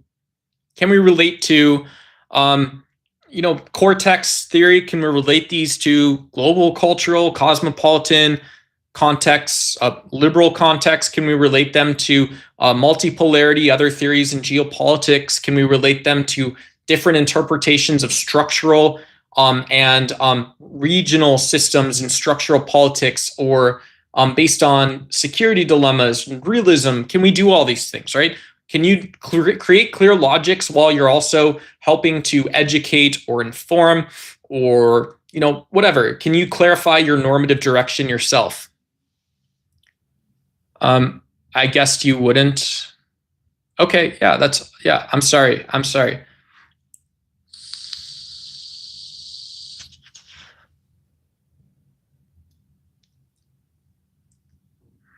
The only really reason to hit on these ideas in the classroom scene and shower scene. Oh, cool. Yeah. Yeah, I apologize, right? I apologize if I miss something, if we're living in reality and we're not all really here. I apologize for that. Do I believe an informed public makes better decisions in a democracy? Yeah, I think it's a good question. I think it needs to be funneled down a layer deeper. I don't believe there is enough normative direction or recognition of method and conclusion for that to mean something. I guess that's my immediate read on that, right? Okay, yeah, I get that. Yeah, I do get that. Yeah, I appreciate that. Yeah, there are great thinkers like Slavoj Zizek. I showed a little disregard to his ideas later. I love Slavoj Zizek as right. I Lacanian Hegelian sort of sense of history and actors and things like this is really great, right? But yeah, I do appreciate that there's people who keep powerful ideas alive. And there's, to me, as someone who likes considering the ideas based on how I might analyze them or feel about them. Yeah, that's a lot of stuff. Yeah. This guy's a clown. Yeah. Yeah. Yeah. And so, yeah. Yeah. I don't know enough. I forget too much stuff. Is Freud's nephew? Oh, cool. Cool. Yeah. Yeah. I have to, just how I reach sort of psychoanalytic or psychological conclusions is it seems I'm maybe too biased. I know this is wrong, right? I'm very animalistic in this sense, though, very protective, just to be totally honest, right? I almost have to see that our psychology is about or of some physical mechanism. And to me, this is the ontology of what an ego or id may be. This is the psychology of what subconsciousness and desire may be. And so saying that we can come down and pick it up from this layer, to me, I think it produces it creates a symbol or a snapshot of what the world may be like that is more usable in time. It must be. It must be, yeah. So as Freud discovered the subconsciousness and Bernays learned how to manipulate it. Yeah. You can blame him for your entire political spectrum. Okay, yes, cool. Yes, that's right. Yeah, that's right. Yeah. Yeah, both are, okay, so I would have to read that, yeah. Hey, what's going on, Gigi? Yeah, Millie World is awesome. Yeah, her stream is very cool. Yeah, I like Millie World. She's always online too, so yeah, she's always live. Okay, yeah, cool.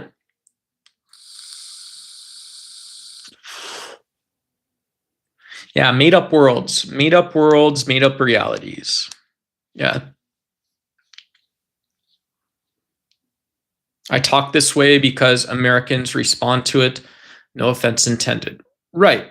Yeah. I mean, it's also the internet. It's also the internet, right? Internet, I think it's become popular. I do it too, right? I have channels where I'm a known personality. And so when I'm on those channels, I have to uphold my reputation, or I have to uphold audience expectations. And so adopting customs, mannerisms, the politeness of internet, I think but it is meant to be offensive. Yeah, thank you. I appreciate the suggestion and the kind conversation. I think some people do just adopt a sense of disrespect or rudeness, myself included, where it's not actually requisite, right? It's not actually required. And yeah, that's it. Yeah. Dude, I've been looking for you everywhere. I've been trying to reach you about your car's extended warranty. Hey, what's going on? Home Moving Solution 6680. Yeah, what's up? How's it going? Yeah, that's awesome. Yeah, cool. Good to see you. Thanks for your time. Yeah, thank you for your time again as well. I was on panel before, Ruby from Talcott. She does a Sunday stream. Oh, nice, Gigi. Yeah, I haven't been to Talcott's or Ruby's channel in a while. I subscribe to both of them.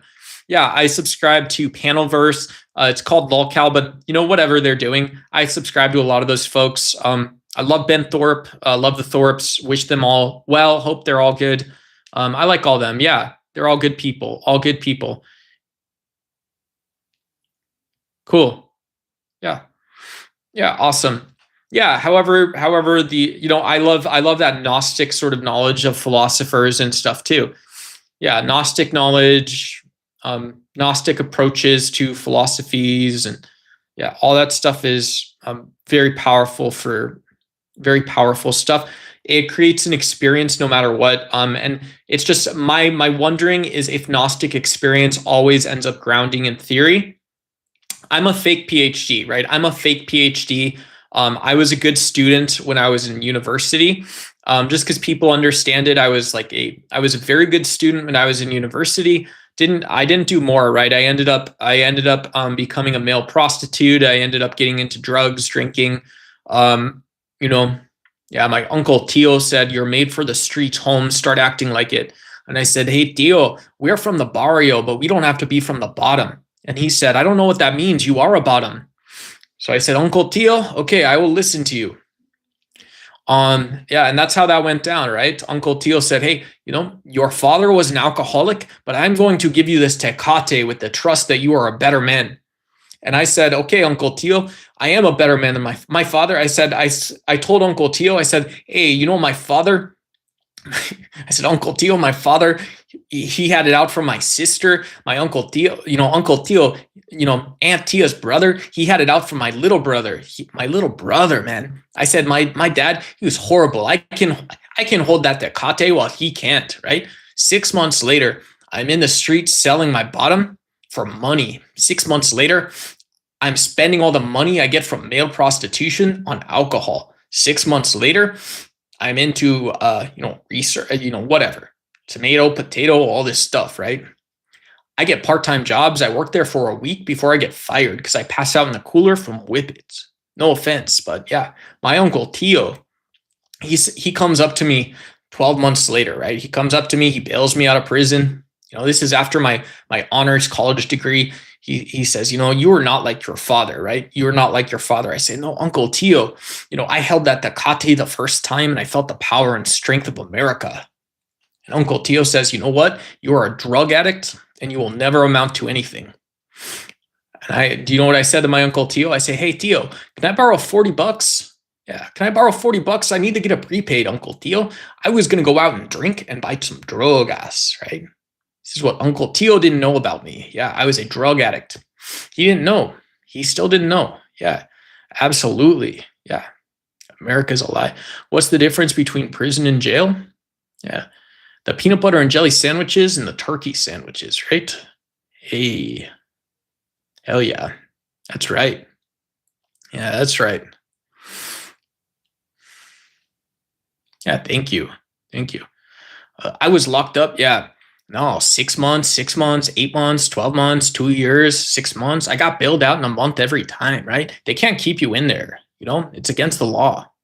Yeah. Hell yeah. That's right.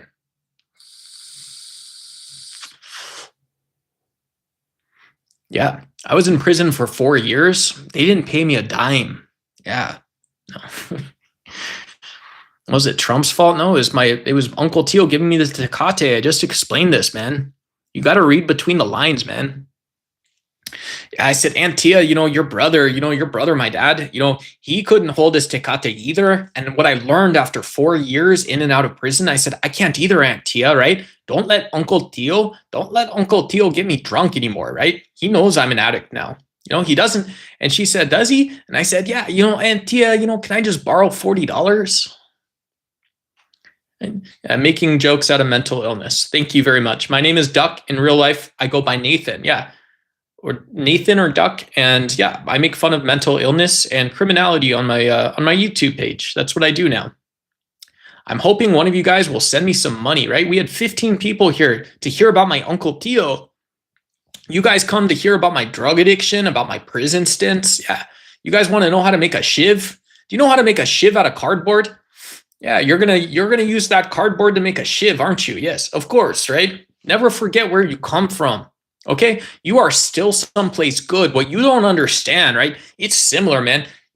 They say, hey, the Mexican War was a Mexican Holocaust, right? It is the same. You don't know this. Yeah, you know this, right? You know this. Of course, you know this. Do not forget where you come from. My paperwork, Tio. Hey, don't make fun. Don't use my Uncle Tio's names. Greetings from Jalisco. Hey, from Sonora. Que hondas way. Que hondas way. Yeah. What's up? Yeah. Jail is short term and prison is long term. Yeah. Shout out to you guys. Lots of love and respect. You're recognized. Yeah, of course. Of course.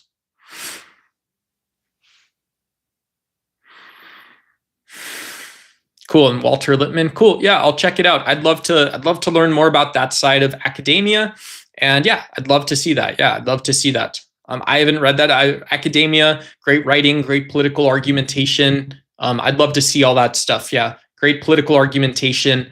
And yeah, it'll bring you peace and God. Yeah, thank you so much. Yeah, I appreciate it. I don't believe in God. I'm a Buddhist atheist. Yeah, I'm a Buddhist atheist, but I appreciate the kind wishes. Yeah. So it's Uncle Tio, T-I-O, Uncle Tio, de nada español cubano, que hondas, right? We've got exotic butter from St. Petersburg, Florida, right? Hey, how much to rent the second floor condo on your multi-unit, Holmes? What's up? What's up? You got mailbox money? I got money in my mailbox. Do you know what it's called? It's called a booty hole. Hell yeah. Did you cry when El Mencho died? Hey, I watched the riots. Yeah, I watched the riots. Yeah. Chomsky cites Lippmann in manufacturing. Maybe. Yeah, cool. Yeah.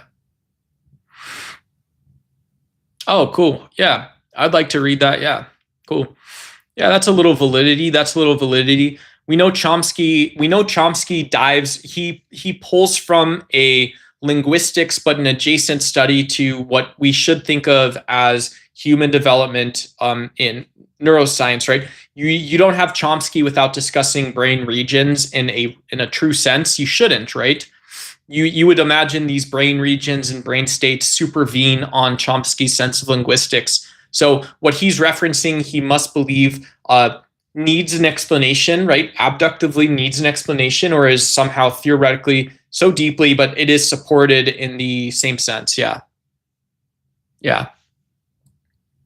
Bears leaving. Oh, wow. I didn't hear about that. I didn't hear about any of it. Yeah.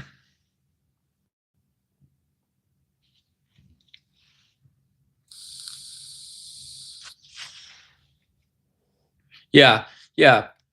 Yeah. It's very cool. I think you can go, I've heard apologists. I called this recently the utility monster. It's just my own psychological understanding of, to me, what theism is like, to me, what apologetics is like. Yeah, to me, what apologetics, and to me, what theism is like as well, right? Yeah, yeah.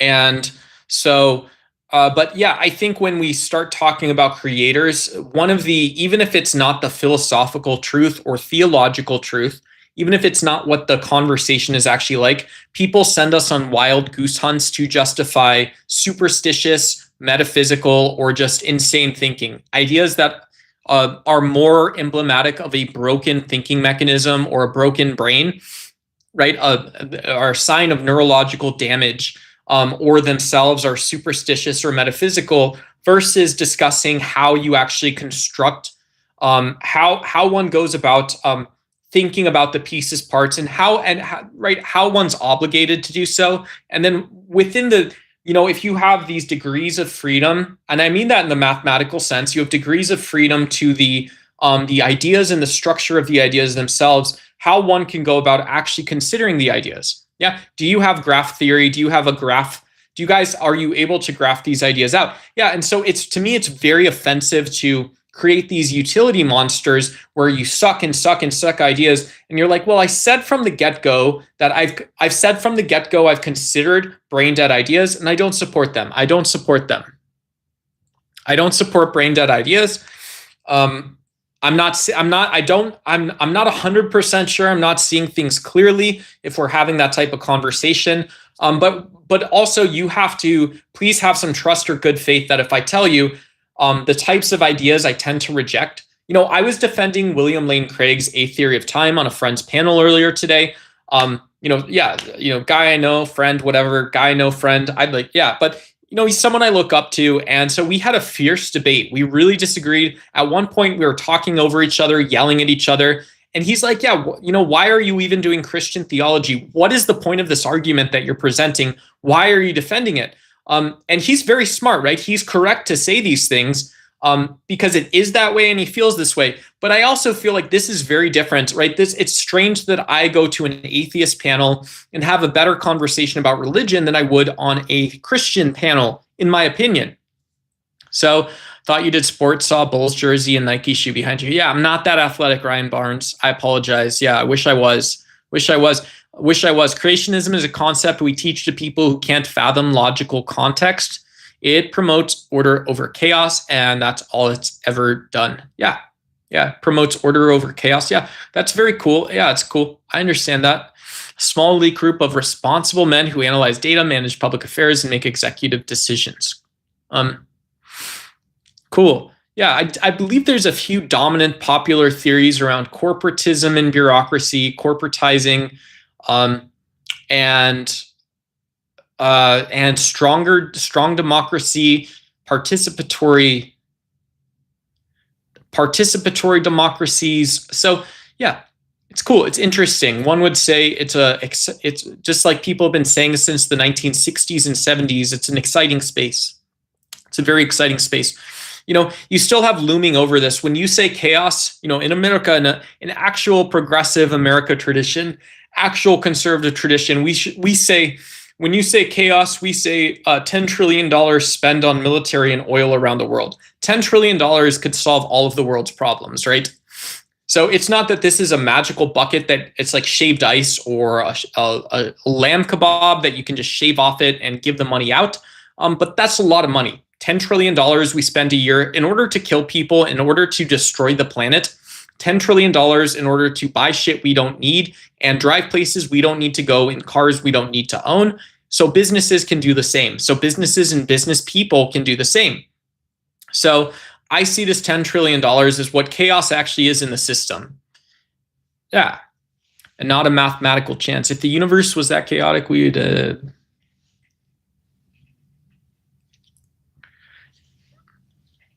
Yeah.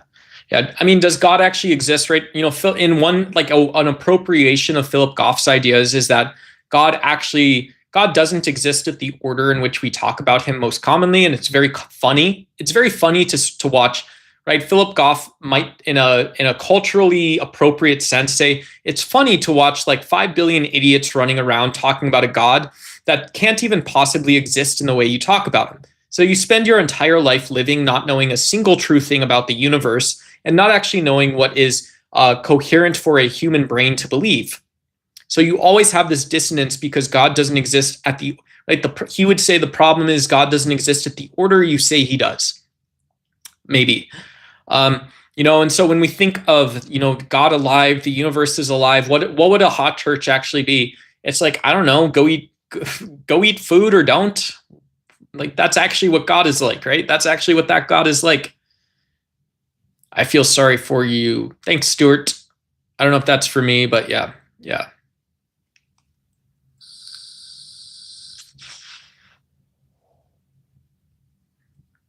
Same as John Nash. Yeah, same as John Nash. Yeah, definitely. Yeah. Here's like one idea is like, right, instead of doing brain training, this isn't like a new idea too, but like, this is why college educations are great. This is why I think education is a global value, because when we're able to stand up small aspects of what an author said, when we can stand up the original idea of an author, and then we say, well, this can't be, is this totally unlike, for me, should this be totally unlike should this be totally unlike what it's like to develop our own belief or to think critically ourselves about ideas? And I don't think it is. I actually think, and maybe I'm wrong for this. Maybe I'm wrong. I'm too much of a normie. I am too much of a normie. I'm like everyone else. And so I say, well, it is exactly the same to study a text, identify the core argument, assemble the evidences, and assemble the reasons the conclusion is important in the context of how, so this text was written, and then these are the evidences that are coming and looping back, right? This is what we're actually doing. It's a core text. It's fucking reading, right?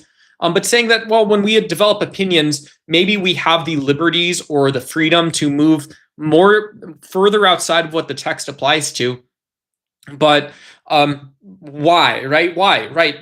Be a skeptic about, or, for me, be a skeptic about things. Nathan, be 10 times more humble, be 10 times more deserving of criticism and reproach for these ideas and beliefs. And and wait, right? Just wait. If it takes time, it takes me 2 weeks or 3 weeks to actually read a Locke or Rousseau or whoever it is, whatever. It takes me in reality, it takes me a part time, a week to get that initial impression of Hobbes or something. Then cool. As an adult, it takes longer. As an adult, it takes longer to develop my own beliefs and critical thought processes, but that doesn't mean everything doesn't contribute to this either, right? Everything does contribute to this. Big e-girls, come on, man. Yeah, not that. Yeah, e-girls are cool. Goth mommies are cool. Yeah, I need the world to wake up as you do. Yeah, I claim no victory until we all win, and we all will. Cool. Yeah, shout out to you. That's awesome. Not that topic. Cool. Oh, sorry, I don't know what we're talking about.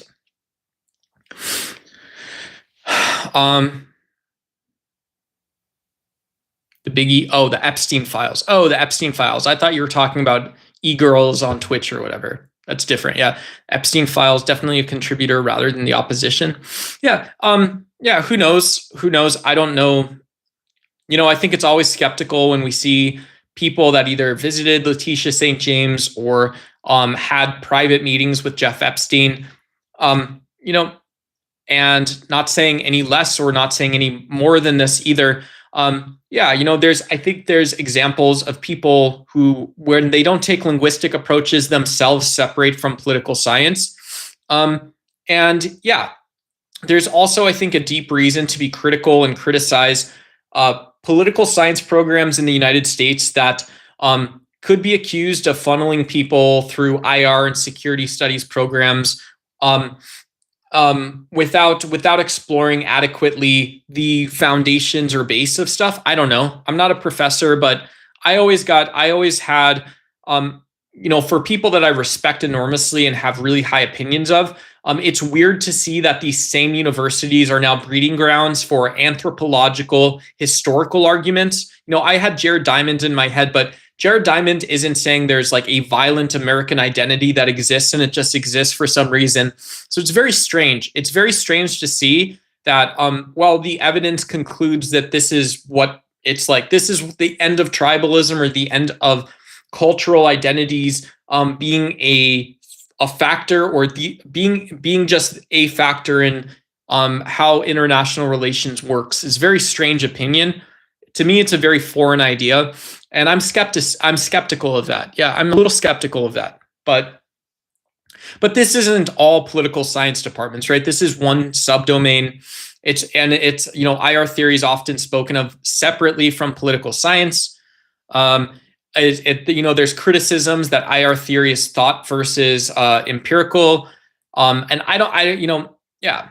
it's good to preserve all those things when we're only critical thinking about stuff. I don't know enough. Bernays is an abomination. I'm not Jewish, but Bernays and Lippmann and Freud were. Keep Letitia's name out of your mouth, W boy. Hey, what's going on? I don't know who you are. I don't know what you're talking about. I don't know if that was to me. So, where is Uncle Tio? Hey, Uncle Tio. Oh, Chris. Hey, what's going on? I missed you in chat. Hey, I'm sorry I didn't see you. Good to see you. Happy Sunday to you. Happy Sunday. Yeah. Hello,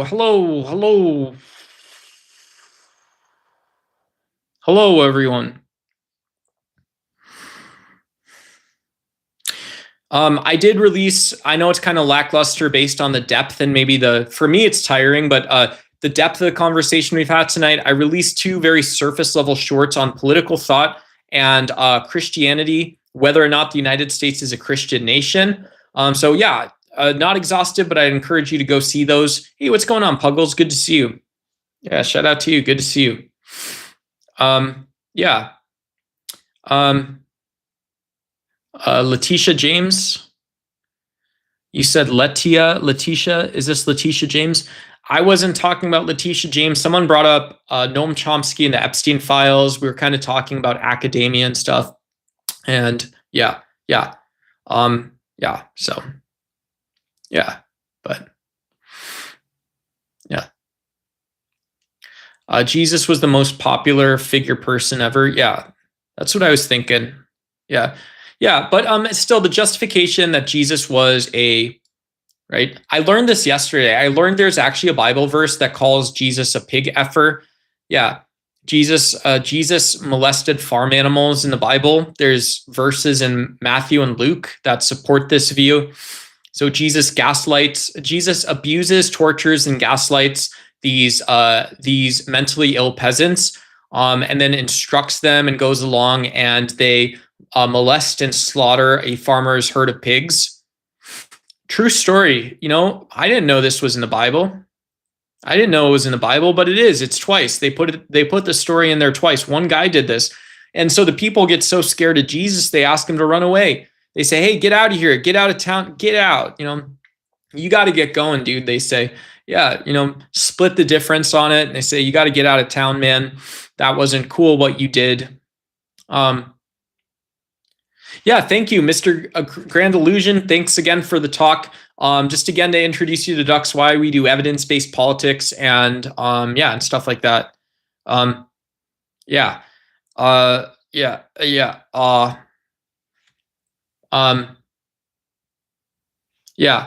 main reason they can't eat pork. Isn't that the main reason they can't eat pork? Because that story is certain sex, at least. I don't know. Read the Gospel of Thomas. Yeah, the Gospel of Thomas, that's not in the Bible, is it? The Gospel of Thomas. Yeah, I'd rather talk about the pig stuff, right? Hey, everything you need is right there, right? This is divinely inspired. And even me as a former Catholic, the Gospel is supposed to be the most perfect book. Very moist, fluffy rainbow cake version of Jesus's lifetime for me as an atheist. Yeah, hey, I ain't letting that go. Yeah, you guys are saying this guy tortured. This guy literally tormented gay, homeless, crazy people until they lost their sanity and went and murdered farm animals. What are you talking about? What world is this?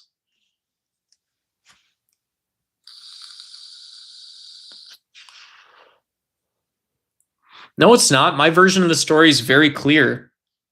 The fact that you want to use archaic interpretation methods over what was a case of abuse and perhaps criminal, the fact that you can't interpret that story in a modern sense, in any reasonable empirical or epistemic sense, is your problem, right? You say God, I just don't understand this worldview that there is a divinely inspired answer to this divinely inspired story that is about divinely inspired animal abuse and person and emotional abuse, right? Narcissistic domination and abuse leading to the slaughter of innocent creatures, innocent beings. It doesn't make any sense. I don't know. It's Matt chapter 8, 27 through 38 or something. And then I forgot what the Luke is. Yeah, you can pull it up. Just look up. If you Google, I bet you can actually Google in the Gospels, was Jesus a pig effer? You can say, did Jesus F some pigs into Google? Or you can say, where in Matthew and Luke did Google F the pigs? And I got asked to leave towns. And I bet Google would answer you, right? You could screenshot that. If you guys want to share that screenshot to the DucksY community, obviously blur out the bad words. Just the text, right? We don't want any gospel images of this story coming through. No gospel images, to quote Oliver Wendell Holmes. I can't define pornography, but I know when I see it, right? This would be crude, it would be lewd, it would be inappropriate, it would violate community and terms of service guidelines. But you guys can screenshot the text of that biblical search about your Savior. Yeah, very clear. Yeah. God's fake. Why would Jesus do that? Wait, what? Yeah, I don't know. They don't tell you about that stuff. Hey, what's going on? Sunny A. Yeah, what up? Yeah, they never tell you about the verses in the Bible where Jesus is copulating with farm animals and torturing people. But it's in the Bible. Right? You can say I'm exaggerating, but I don't think I am, right? That they never tell you what actually happened. In reality, I think that's a more conservative way to read the text.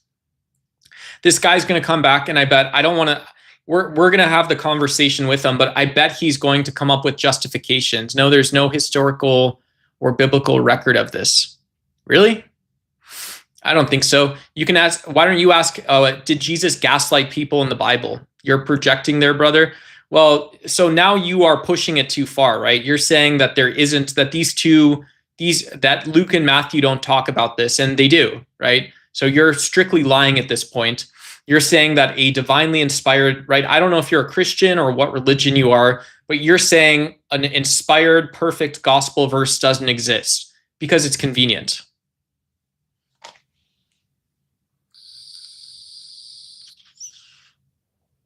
That's not what happened. You're rewriting it, or Google's giving you the answer you like. That's not what the Bible verse says. That is not what the Bible verse says. Yeah, that's not what it says, right? That's not how that story goes or what that story ends like. That's drastically misreading Matthew 8, 28, 34. So anyways, how do you begin to interpret that from the text? Read the book, right? Read it in the correct version of the Bible. The real version of the Bible that spills the tea? Yeah. Okay. Well, I think you have a Google AI that is trained to what you like. I don't think you have the actual Bible verse, because in my reading of the Bible verse, Jesus has sex with the pig, and he tortures and gaslights these homeless, crazy people playing in the tombs, right? They're playing in the tombs. And then the townspeople say, "We fear you, O Lord, please leave, get on a boat and leave," right? That doesn't sound like Jesus dispersed, cast dispersions on these demons, right? Yeah, Jesus cast dispersions on supernatural demons that existed in people's hearts and minds until they entered a herd of pigs. And then people loved him so much for it, they said, "We're afraid of you. Get on a boat and please get the F out of my city. Get the fuck out of town, Jesus." That doesn't sound like your version of the story where Jesus was just happy-go-lucky healing people. That's not the point of the story. That's in the gospel, and it's not the point of the story.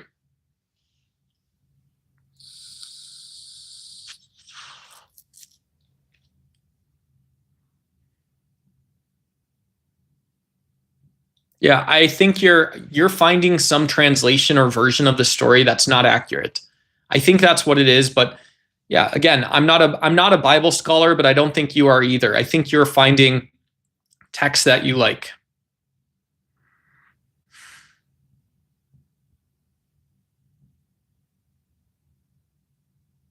Yeah, I think this isn't, I was looking this up in the New American Standard Bible the other day, and you might say that's my problem, but I believe that's the correct version. I believe that's the correct version. Why do we feel shame is linked to God regretting his creation? I don't believe God exists. New American Standard Bible. Yeah. So you're going to pretend so this is why I'm skeptical, right? You're defending if you're defending a broader claim of divinity or some sense of this, I have the right to be skeptical of you. So because of this, if you're sugarcoating, you're leaving out parts where the people that Jesus allegedly had this demon inside said, stop tormenting us, right? They weren't talking about the demon, they were talking to Jesus. They said, stop tormenting us. And then these people said, get out of town, Jesus. They said, get out of town, right? And so you think you're doing somehow a service, but I think it's a disservice, right? I think what you're doing is a disservice because you are removing the actual thrust and purpose of that story. I think the story you're talking about was a homeless man that was demonic, and then he cast his spirit to the pigs, and the townspeople, scared of his power, told him to leave. Right? Yeah, but you're removing what someone ought to say about that story. You're removing when you say that, yeah.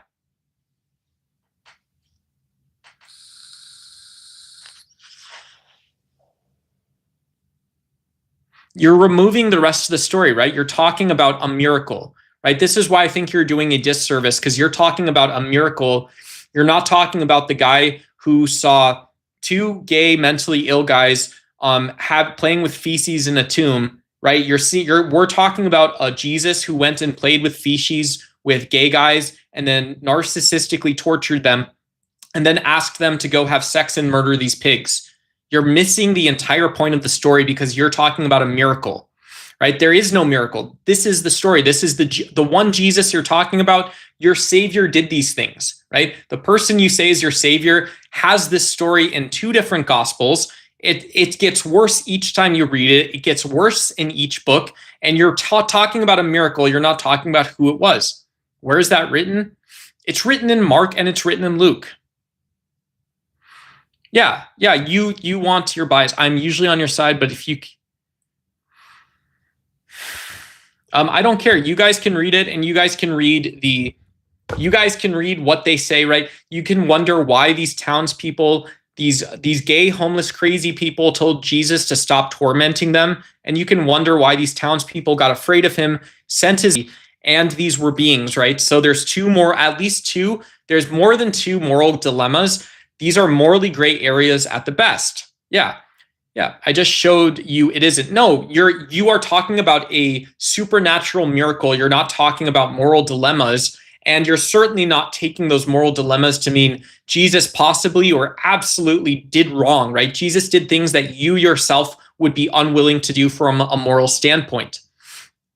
I'm reluctant to search for that. I'm thinking it can't possibly be. Hey, the Bible surprises you. God blesses man's balls in Genesis, right?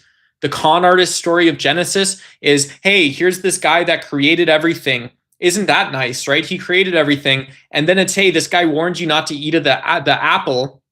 And then, hey, you eat from the apple, things get worse. Didn't the guy tell you, right? Who was it? It was the guy that created everything, right? There's a hole at the bottom of the sea. There's a hole in the bottom of the sea. There's a hole. There's a hole. There's a hole in the bottom of the sea. There's a log in the hole in the bottom of the sea. There's a hole in the log on the bottom of the sea. There's a hole. There's a log. There's a log. There's a log in the hole in the bottom of the sea. There's a frog in the log in the hole in the bottom of the sea. There's a frog in the log in the hole in the bottom of the sea. There's a frog. There's a frog. There's a frog on the log in the hole in the bottom of the sea. There's a fly on the frog on the log in the hole in the bottom of the sea. There's a fly on the frog in the log in the hole in the bottom of the sea. There's a fly. There's a fly. There's a fly on the frog on the log in the hole in the bottom of the sea. Sea, right? Yeah. And so, what happens after the guy who created everything and warns you that something bad's going to happen, something bad happened? Yada, yada, yada, 6, 7. I just whipped up on a highway, 6, 7. After this, God starts blessing man's balls, right? He says, you are just some normal schmuck like me and like everyone else. But God, can you guys still hear me? Audio check real quick. I just switched the audio. Sorry about that. But after this, what happens? Yeah, after this, what happens? God has to start blessing your balls so you don't forget that this guy created everything. So you don't forget this guy takes care of you. So you don't forget this guy gives you just the bread you need. So you don't forget all this stuff. Forget about it. All right, guys, I'm going to shut the stream off for a while. I'm going to let my phone charge. Have a good night. Thanks, everyone, for being here. Good to see you guys. I'll maybe catch you guys in a chat on another stream or something. Thanks so much. I appreciate you guys. Take care.